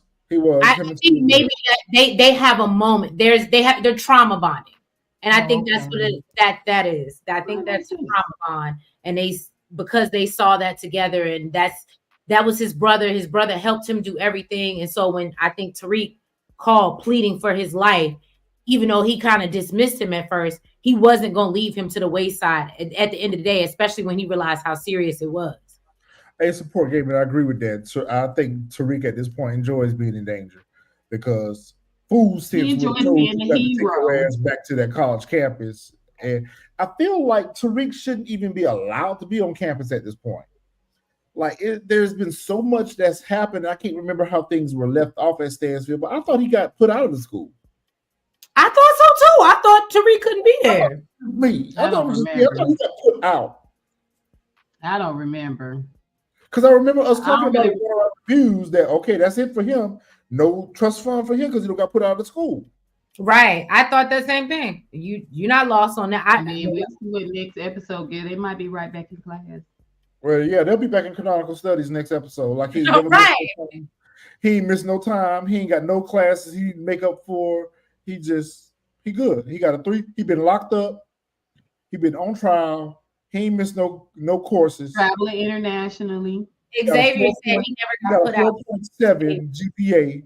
He must not have got put out because remember when light skinned Keisha saw him, she didn't say nothing. Then when she saw Kane, she was like, yo, why the police looking for Tariq? So he must have. I remember him getting arrested, but remember he got cleared. That's when Braden lied on the stand. Oh, he got cleared of everything. Tariq didn't get put out of school per se, but Braden did. Braden got expelled. Right, Braden got put out of school. Because remember on the trial when he said that he was the one that was dealing drugs on the campus. You're right. But Braden wasn't in And canonical studies. that's when he had to go work for Weston Holden. So at the very least, they like, why is he here? Scabs. Not gonna pick at him. So Braden has this awkward moment where he realizes that he has no family left, and Tariq is the only family that I have. And wherever and it kind of almost went over Tariq's head. Almost. Yes. Who does that remind y'all of, though? Ghost and Tommy. Okay, thank you. No, because when Nels plays this back, I want her to. Why do you always relate Braden to Tommy? He has not Tom. This is our big. This is a direct correlation between Ghost and Tommy. Right. Thank you. Tommy had no. Thank you, Tommy had no family.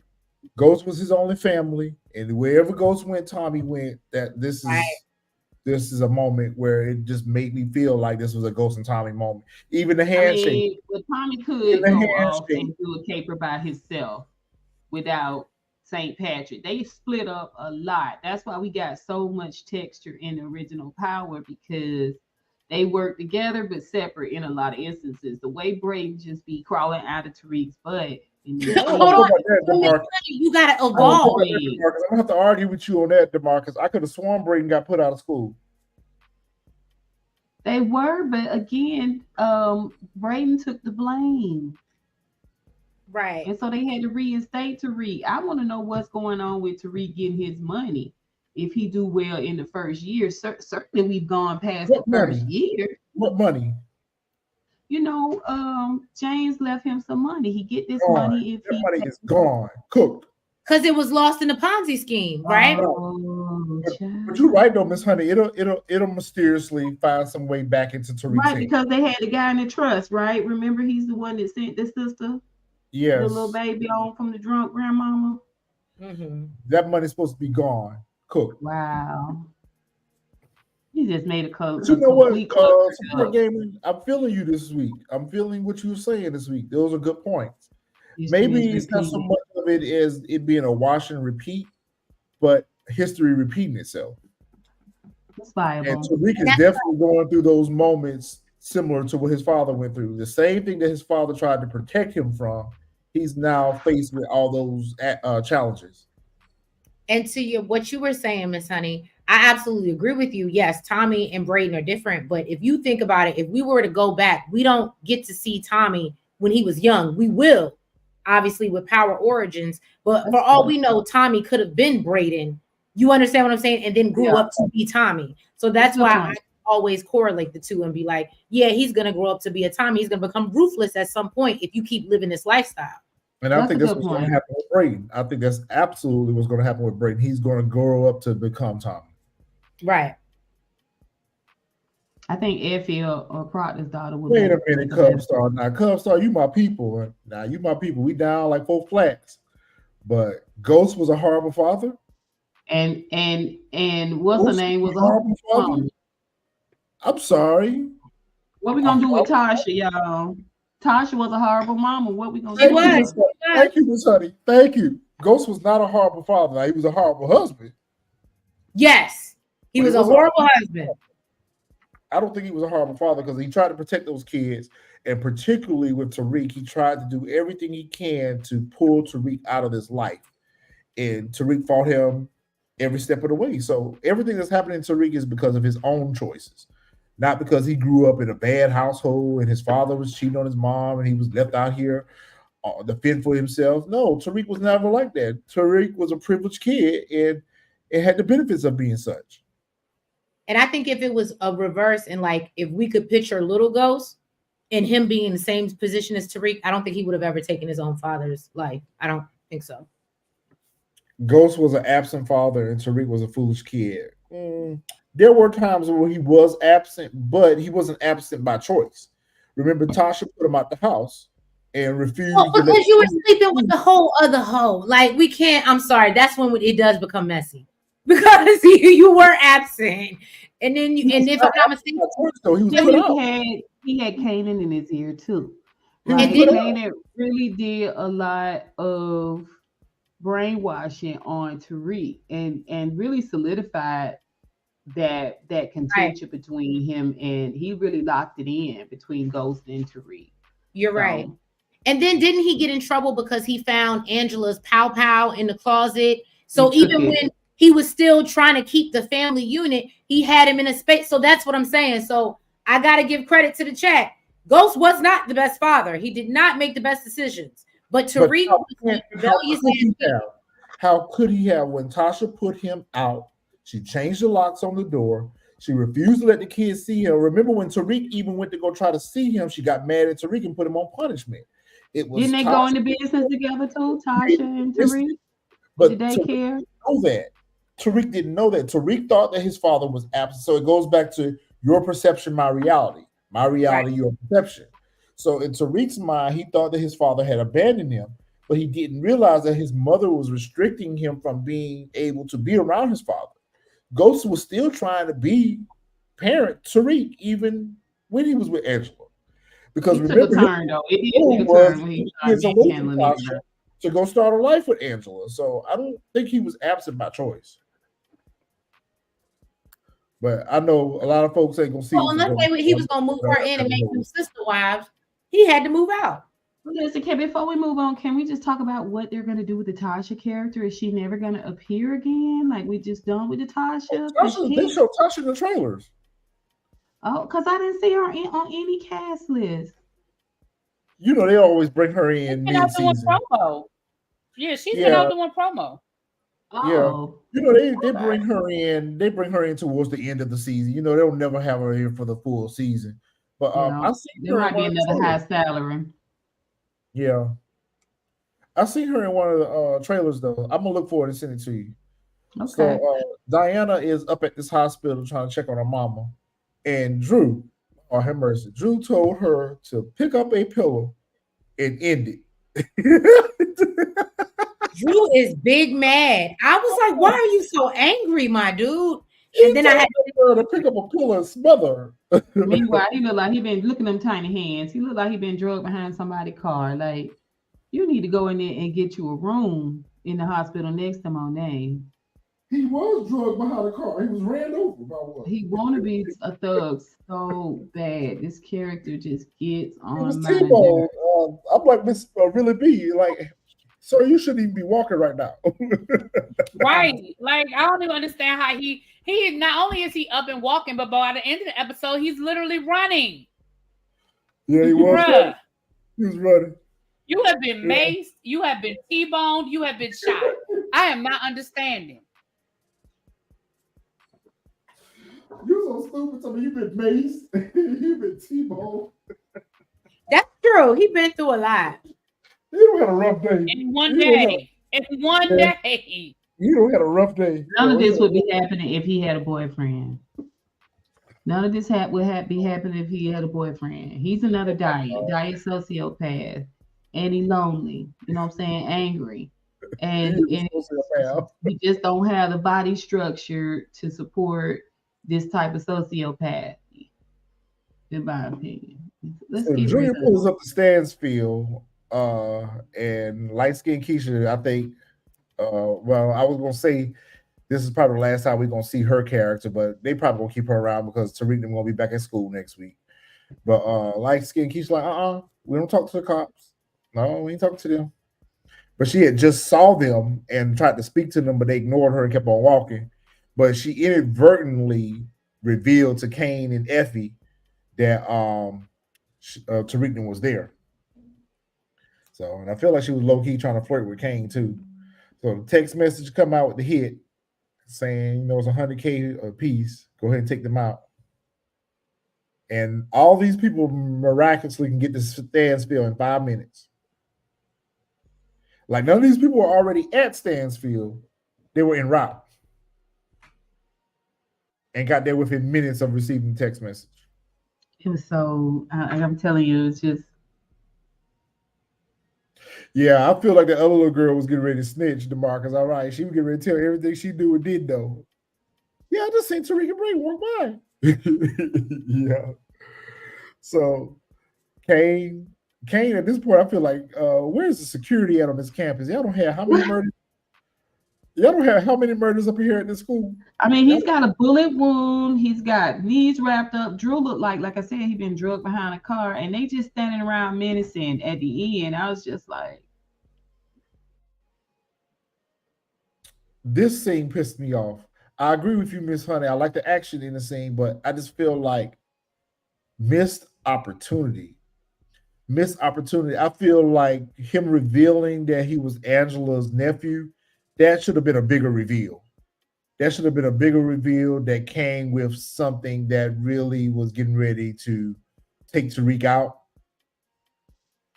And there's just so many things that he could have done with this character. There's just so many different things I would have liked to have saw them do with this character. I'm very disappointed by this because I'm almost to the point. So, what was the purpose of y'all bringing him on the show? What was the purpose of the character?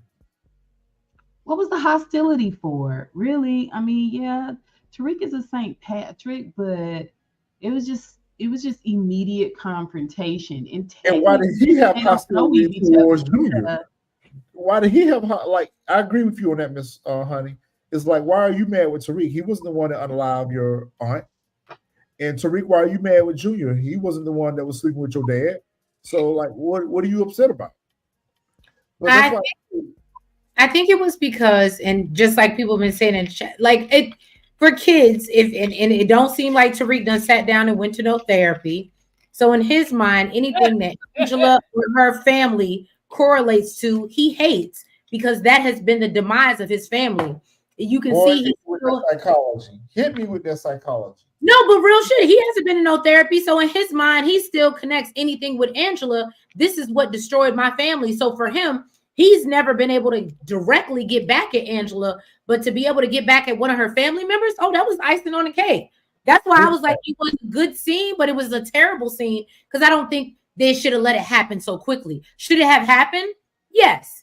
But I don't think it should have happened so quickly. But absolutely, it was a moment for him as a kid.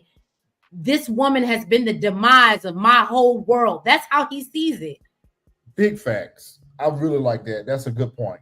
I agree with that I wholeheartedly. agree with everything you just said because it is clear that Tariq needs some damn therapy.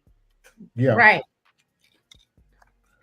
And the crazy part about it is Tariq only feels like he's been manipulated by his father.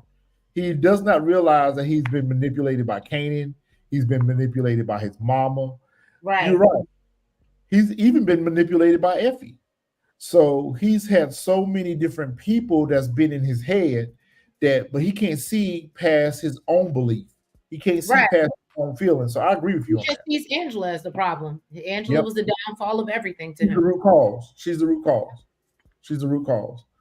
But I hate that they brought this character on here. I hate that this was just poorly done.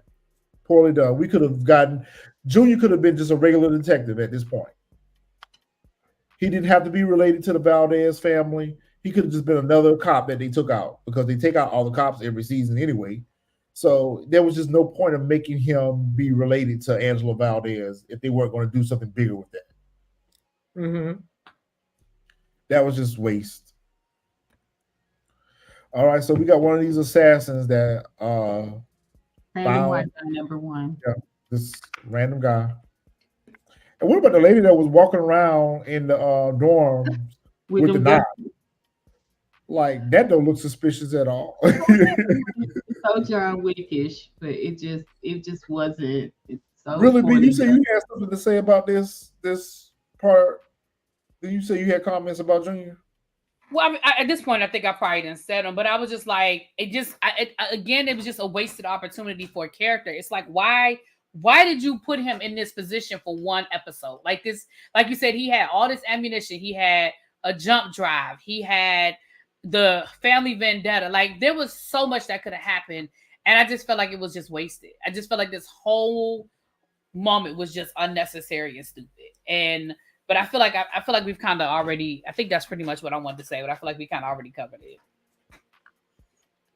So I don't even understand how Junior even knew about the whole Noma connection. I don't even understand how Sax would have known about the whole Noma connection. I don't understand how there could have been anything incriminating on that flash drive against Noma, but whatever. It was to move the Let me ask story. you a question, Retro. Do you think you feel like it's been too long? Because I do feel like some of the things, like points that you guys bring up, I'm like, oh yeah, that did happen.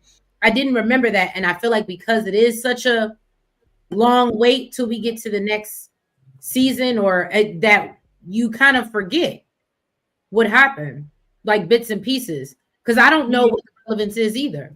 I don't know what Detective Don Carter, the Michael Ealy character, like I'm not sure who he belonged to, but he said he got some deep seated emotion. And I also feel like I agree. I feel like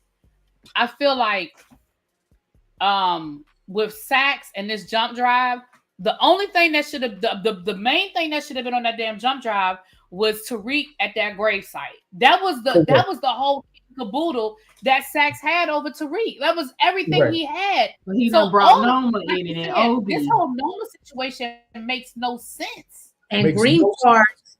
I was like, what? I thought it was Tariq at the gravesite. Like Really B said. I was confused. Makes no sense whatsoever. I agree. It makes no sense whatsoever. I don't understand why they chose to go that route. And I don't understand why it was such a big lead up to what's on the flash drive if all the information on the flash drive was just about the stupid ass green cards. Like missed opportunity. Right, yeah. Xavier, we got rid of a legacy character so we can have Michael Ealy, who we don't know or care about. Right, it's too late in the season right now for us to get. Right, it's the final season. Well, first of all, we don't even know who he is and what his whole connection to Pot, whatever her name is, and we don't care. We don't. Yeah, I understand that part. Just to bring a character. I understand that the footage was thrown out for the court hearing, but it still reveals to Junior that he unalived his father. So whether or not he could have done something with it legally, it would have still been information he would have had in his back pocket to use against Tariq at a later point. There's so many different things that he could have done other than the stupid ass green cards. He could have had information from years. Keep in mind, Sax was a legacy character as well. He's from season 1. He's been on every task force that has been investigating the St. Patrick's. If it would have been all of his files, all of the information that they had against the St. Patrick's on that flash drive, I would have understood that better than these green cards. It was just wasted space. Wasted screen time. So Junior takes out the assassin, right? But Braden runs up and claps him in the back of the head real quick with the gat, and he falls out. Tariq runs up on him, and they decide to FaceTime Noma again. How are y'all even able to get this lady on the phone? All right, it was so. I mean, like I said, this episode was like one season all by itself.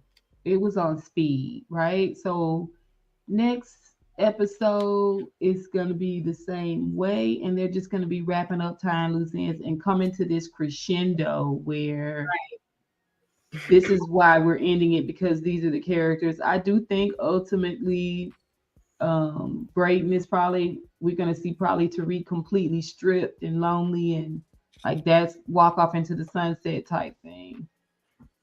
You think that's how it's going to end for him? I guess it's too early to speculate at this point. He's going to lose everything. He's going to, he's got to be brought down to that lowest common denominator, sort of like his dad. So this is where it's going. But meanwhile, I don't know why they feel this weird obligation to tie up loose ends that we don't care about. Yeah. But the things that we want them to tie up, they don't tie up, and they give us things that we just don't care. We don't care. Why are we bringing Golden Brooks in? She's also supposed to be a queen pin too. Why the Ealy character? And we don't see the Ealy character. The Ealy character seems like a rogue character.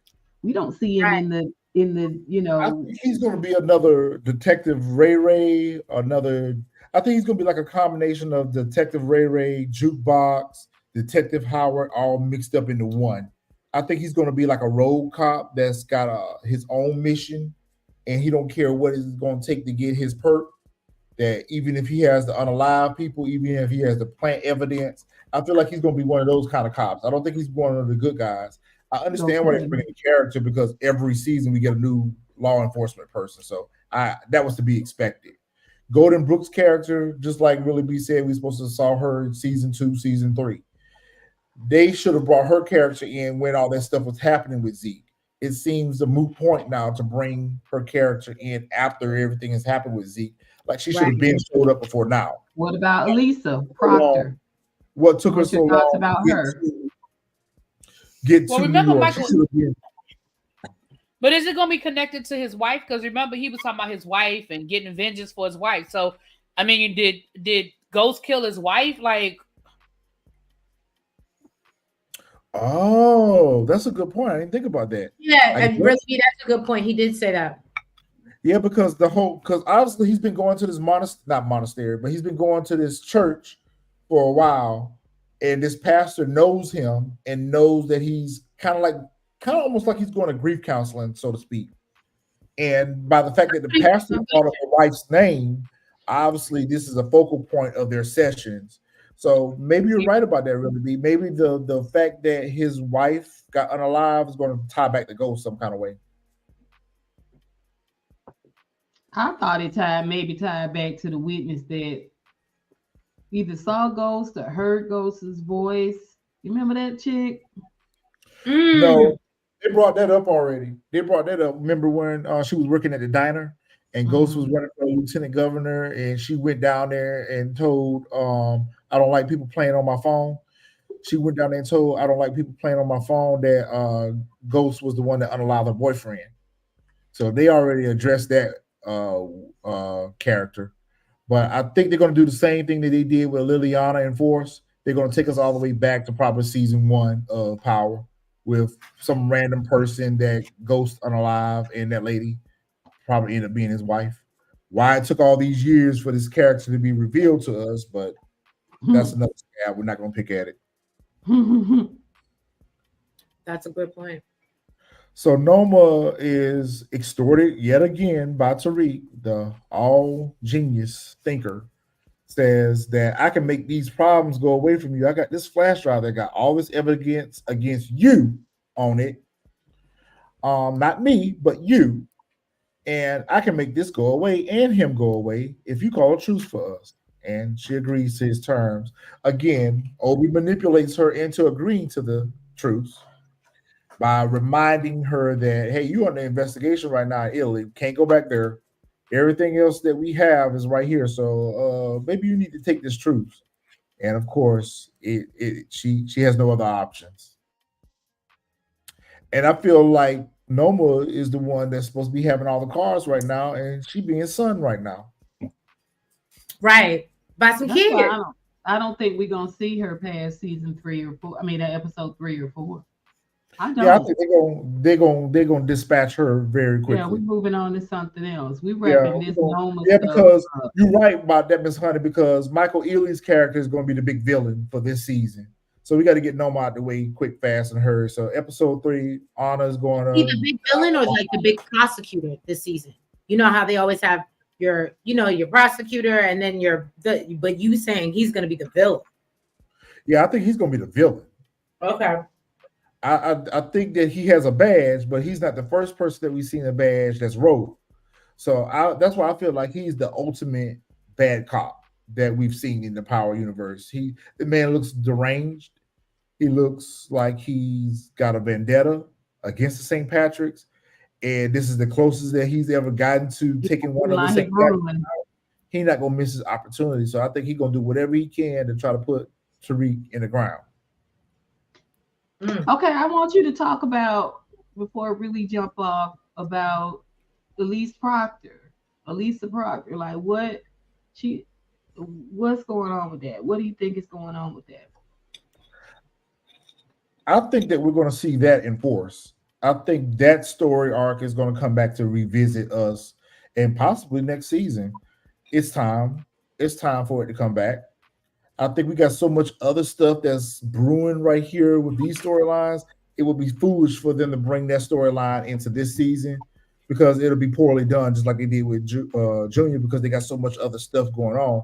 I think if they're going to revisit that character and that story arc, it's going to happen in Force because that's really more with Tommy than it is with Tariq. So you think What that story is the that? ending What of storyline is that? Lisa Elise Marie. Cross? Oh. Yeah. Joe So do you Crawford's think story. that the end of season 4 is really just about splintering some of these characters off? Kind of sending them in these different places, and then Oh, focusing on those episodes. I mean, those particular legs of the franchise going forward. I Correct. like that, honey. Yeah, that's a good. I mean, why bring her up? Why Yeah, bring the salary on? I see that's the direction that they're going. I see it clear as day. I think that's exactly what's going to happen. They're going to splinter these characters all to different shows, and we may get a meetup of the St. Patrick family, what's left of them, um, in Move Force. it over the force. Yep.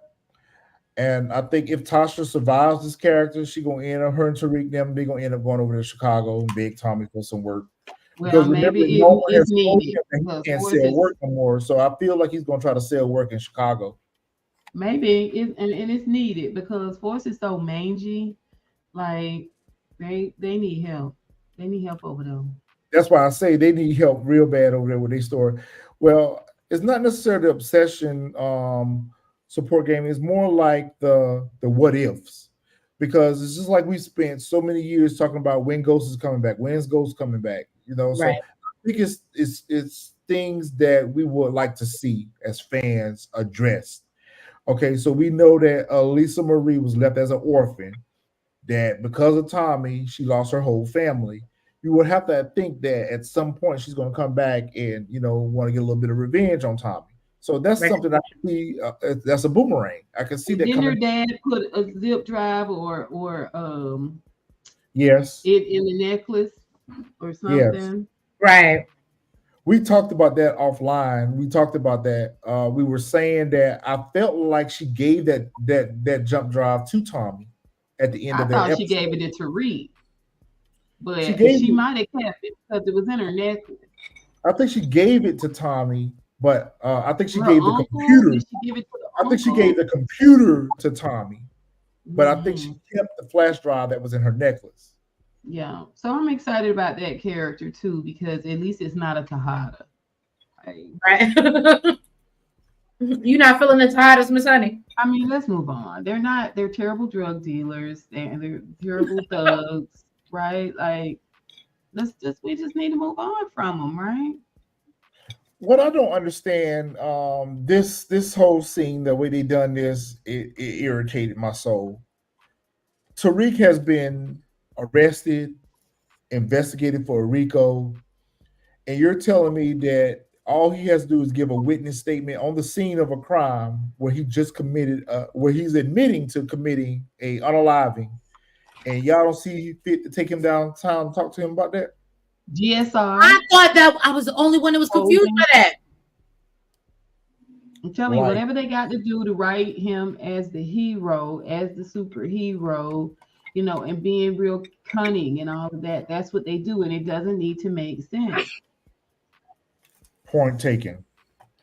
Point well made. Point well made. Can't argue that point. Bless you. Kane and Effie show up to the school, and I'm like thinking to myself, Kane, you not picking up on these vibes? Because if that was me and Effie pulling the caper, and she always lingering back, and she's always trying to talk me out of something, or she's always so unsure, I'll be looking at her little sideways, like, Effie, She what was team? so sad this whole episode. I don't know why he ain't pick up on that. Like she Right. makes me sad. Like she's just miserable. She's Like, going on. yeah. I think she's pregnant. I think she knows she's pregnant. I think that's why she's helping Tariq, even Ooh. though he's still nasty to I her. like that. I like I that. do. I think she knows Effie. I think Effie knows that she's pregnant. Or is she remorseful because of her own involvement in this situation? Maybe is it guilt that she's processing? Because I agree with you. She does look miserable. She looks sad. Effie's pregnant. Effie knows a secret don't nobody else know. And that's why she trying to help Tariq because daddy. Trying to help her baby daddy. yeah, I mean, even though he's nasty and ugly to her, it's for some reason she's overcoming that. And I think it's because she's pregnant and don't nobody know but her. I can see it. I'm with Miss Honey on this one. Mm-hmm. I don't know. Maybe she just feels indebted to Tariq. Maybe she feels like, I don't screw this dude over so many times. Like I gotta make something right for him. So I guess she just feels conflicted. She's conflicted. She's definitely conflicted, but we're unclear as to her motives as to why she's conflicted. Okay, but see, so the only thing rebuttal I have to that though is wasn't she the one that popped up and surprised she was with Kane like, haha, I'm turning on you at the finale. So that whole narrative, that's why I said I lean more towards Miss Honey's narrative because something had to happen within her to make her switch up like that from I'm ready to take you out because she had to know, or the plan was when Tariq got there, they were going to take him out. Something had to happen. She was going with the get along. She was going with the get along. She's doing everything she can to make space for herself right now and keep heat off of her. But remember, like I said earlier, she tried to go back to Tariq. So if Tariq had not refused her, she would be with him right now. So the only reason why she's wasting time with Kane right now is what she's doing. The only time she's doing that is to kind of just get back at Tariq and be a little messy. Like, well, you didn't want me, he do. Okay. She playing mind games. This is what she's doing. She's playing mind games. She's pitting. Playing love games. That's what she's playing. Yeah, she's playing love games. That's exactly what she's doing. And of course, Tariq and them, they spot each other from across the campus, and the chase. This scene right here just irritated me. I don't even want to talk about it anymore. It irritated me so bad. Like he's supposed to be in cuffs right now. Right. You got a federal agent. Never mind why is a federal agent here. And you got this random unknown person that's found unalive in a technically one of their own. One of their own, and no other questions are asked further than this. And y'all just let him leave? Okay. And they dressed in all black? Okay. Not scouting the crowd. Then you would have seen old Molly Wop Drew and old Molly Wop Kane and old worried with child Effie. Y'all don't like the campus. It was just weird. Did a part of y'all feel like Diana was going unalive, Monet? For some reason, I felt like I could see her picking the pillow up to do it. I thought she was going to do it, but then I think they decided to give Diana a heart because I think that we all felt like, oh, at least for me, because that's why I don't see it for her. I was like, I feel like you can't trust her from a bed. She's just flighty. But when I saw this, I was like, okay, she actually does have a conscience. She actually does have a heart. She can't go through with it. That's her mama. But I definitely at first thought she was going to do it. Especially from the pressure with Drew, because she had support. So she could always be like, well, you told me to did it. But she ain't trying to catch no bodies on her own. The only person weaker than Braden is Diana. Like she's wishy-washy. She'll turn she say Braden. I caught that shade. She wishy-washy. She lukewarm. She'll back out. If anybody will snitch, it's her. Like turn it over. What is she doubling down on Monet about? What has changed her mind? Because Monet tried to save her. I mean, one is her mama, and I think that's what it is. If it come out, her mama is really a formidable foe in her eyes. She really low key scared of her, and she got to think about Kane too because she know Kane will sneak up on her and snap her neck. Yep, sister or not. You think so? I don't think Kane will handle her like that. I really don't. Oh shoot! I'll just tell you this: when we do our character descriptions video, there's a lot to talk about where Diana is concerned. There's a lot to talk about where Diana and Drew and Kane are concerned. So we've never seen her hold a gun. We've never seen her shooting. I mean, we came in after the shootout and she was just standing there, hair unfurled, right? And she's had a furrowed brow this entire episode.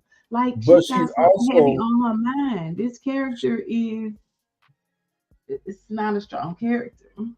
She's also a victim as well because she's been manipulated by her mother all this time to be in this Lies. life where she's not All kind of of them been raised with lies. That's right. raised with lies. Yeah, raised with lies. Yeah. And you busy telling me what I need to be doing in your life is so raggedy, mama. Right. Yeah.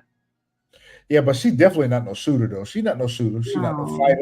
She not none of that. She The life whispers that she lies. She's try to more like a live, siren. she ain't made out for it. She's not made out for this life. Yeah. She's like a Hey siren. That's what yo, her I mom also told her thought to it was be. funny. Finesse men. Damn, But see, they didn't put a when you picture in compare here, her but it was so funny. It was so funny when Drew was trying to get to Tariq, and Tariq called him up and said, "You better get Kane up off of me, or I'm gonna tell him what you did." He's like, "You better not." right, you better not. I was just dying laughing off that scene. I thought it was too funny. To me, Drew should have been that. If he a true sociopath, he should have been that more eager to sneak up behind Tariq and take him out. Like,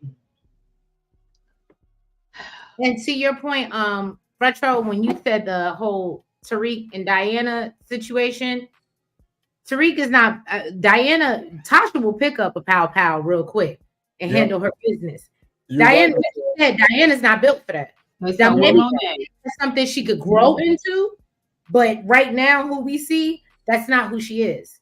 Drew's not built for it. He's just groomed for it. So we've seen him commit unalivings and he's deleted folks or whatever, but it's really not his. All because a man broke his heart. Now let's just be honest. He's not. That's not his specialty.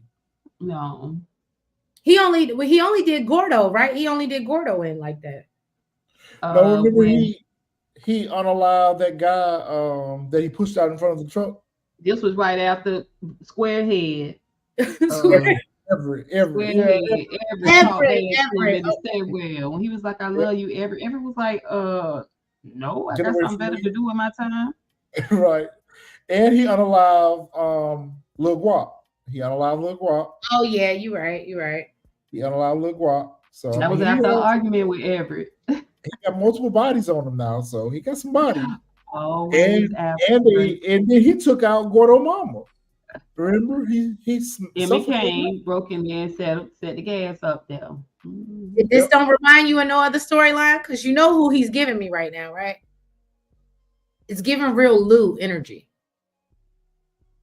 He does remind me of Lou a little bit. He's giving Lou energy. He's a sensitive one. He has his issues.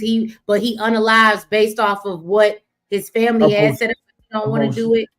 It's an absolute repeat of storylines. That's why I said you can catch it in the many different franchises. Absolutely, it's a repeat storyline. But we know so much more about Lou than we do. True in them, yeah. And you can even tell by how Drew is standoffish in the back right now. He would rather be anywhere else than here. Like, and he the only one dressed Abercrombie and Fitch, and the rest of them be couture. I feel like if Kane and Diana wasn't there, he would go do the pillow himself. Like he can't. Yes, I believe that. He really liked that dude. He really liked Gordo. He really liked Gordo. He loves Gordo. His play cousin. Ooh. Yep. He was in love with cousin. These two fools don't know what to do, where to go. Y'all need to go home. Y'all need to go home and get out of New York somewhere. You're asking for trouble at this point. And now to the big moment that we've all been waiting to talk about. This, when you see Michael Ealy is cast for a show, you know that cannot mean good. What does that mean? Well, first of all, he probably name one character he's played that's been a good guy.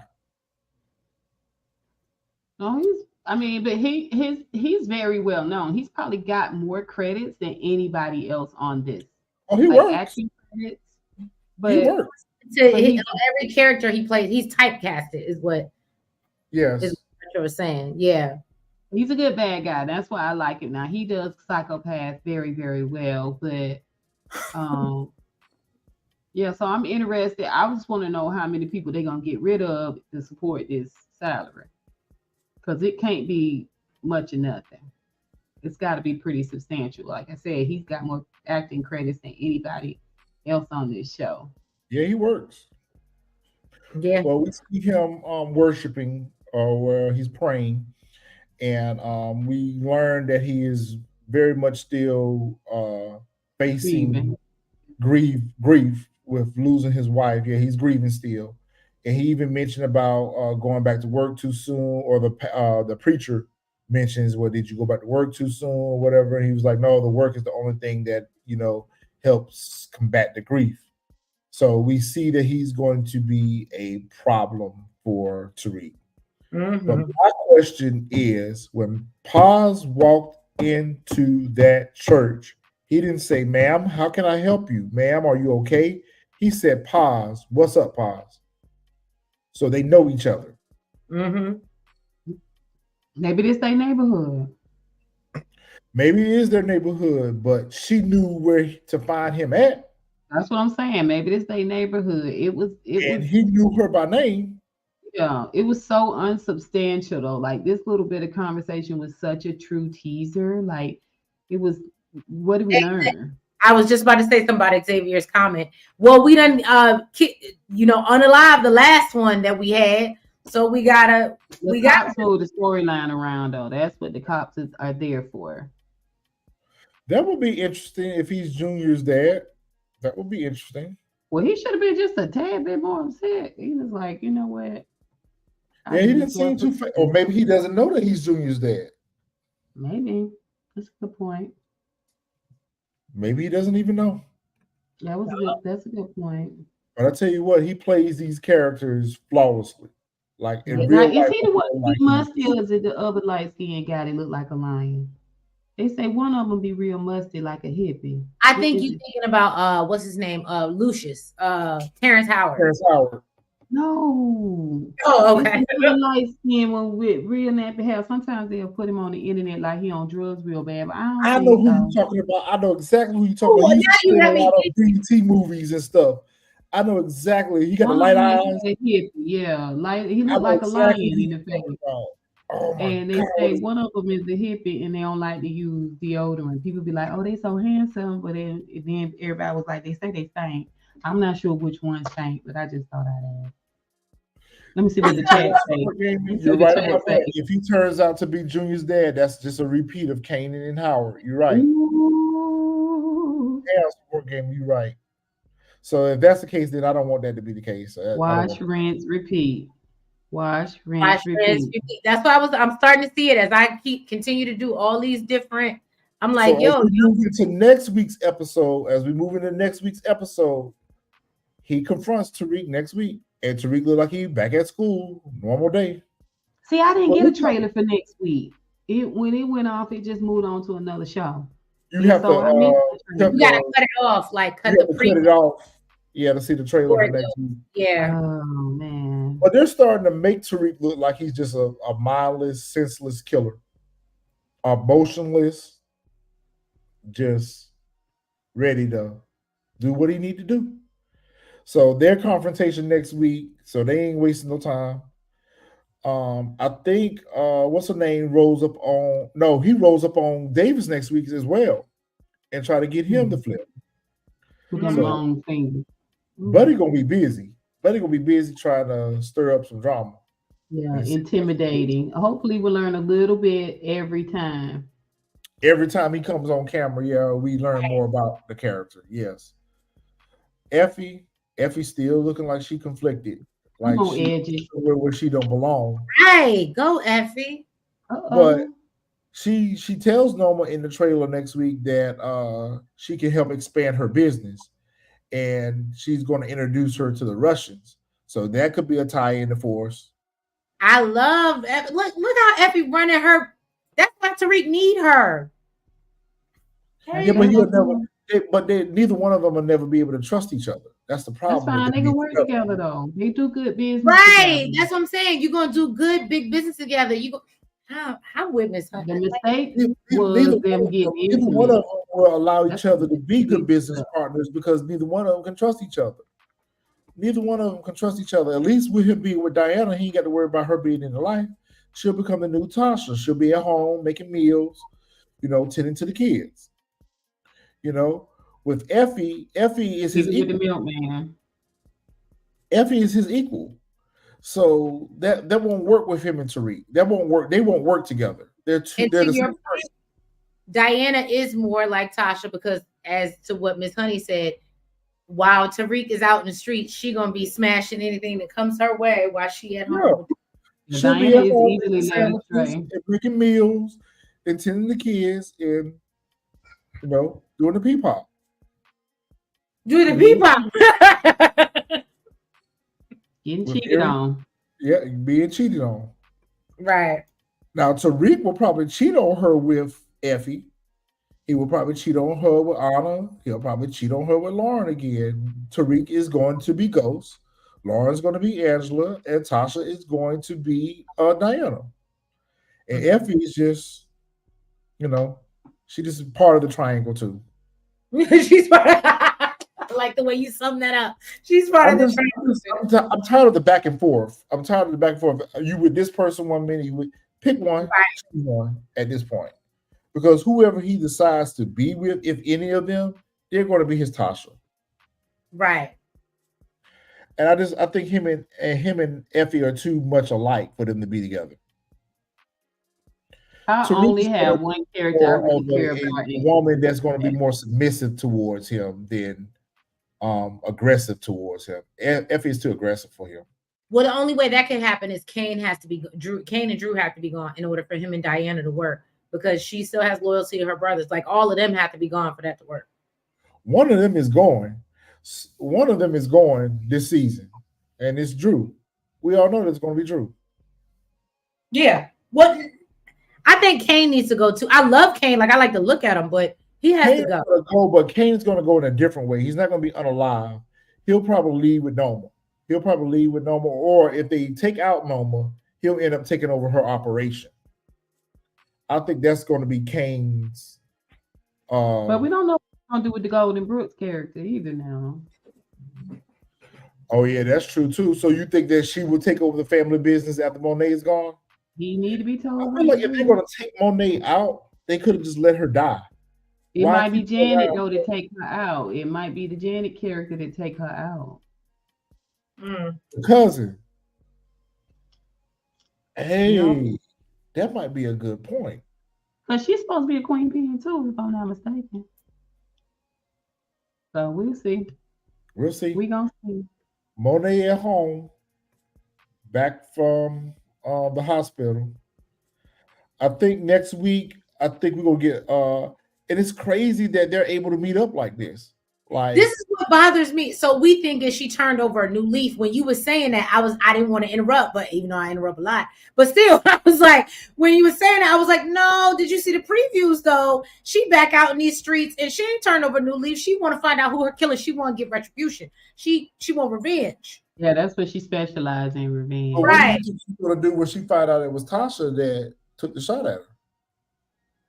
Because she seems to have a soft spot for Tariq. She don't seem to think that Tariq will do no wrong to her. And the crazy part about it is these are the only two people that can trust each other. That's the crazy part, right? But he can't tell on Drew. They are strange bedfellows. They are strange bedfellows. They are the only two people that can actually trust each other. Because she don't done right by him and he don't done right by her. But he cannot tell on Diana and Drew without telling on himself. Of course, Keywan, you know he gonna lie. Because you know he ain't gonna tell us, he ain't gonna give his mama up. But he is gonna give up Drew and Diana. Yeah, but that means that Drew and Diana is his baby mama, he can't give her up because now she's carrying his kids. So to your narrative plot, that is a reason why he wouldn't give up Diana. He might give up Drew, but he might not give up Diana if she is carrying his baby. But he doesn't know that yet, and she don't know that she's with child yet. That's going to happen. That's probably going to happen either in the second half of the season in September. That's going to happen. They're going to ride the show out on that. They're going to ride the show out on that. September, yeah. They got to sleep together one more time for that to happen.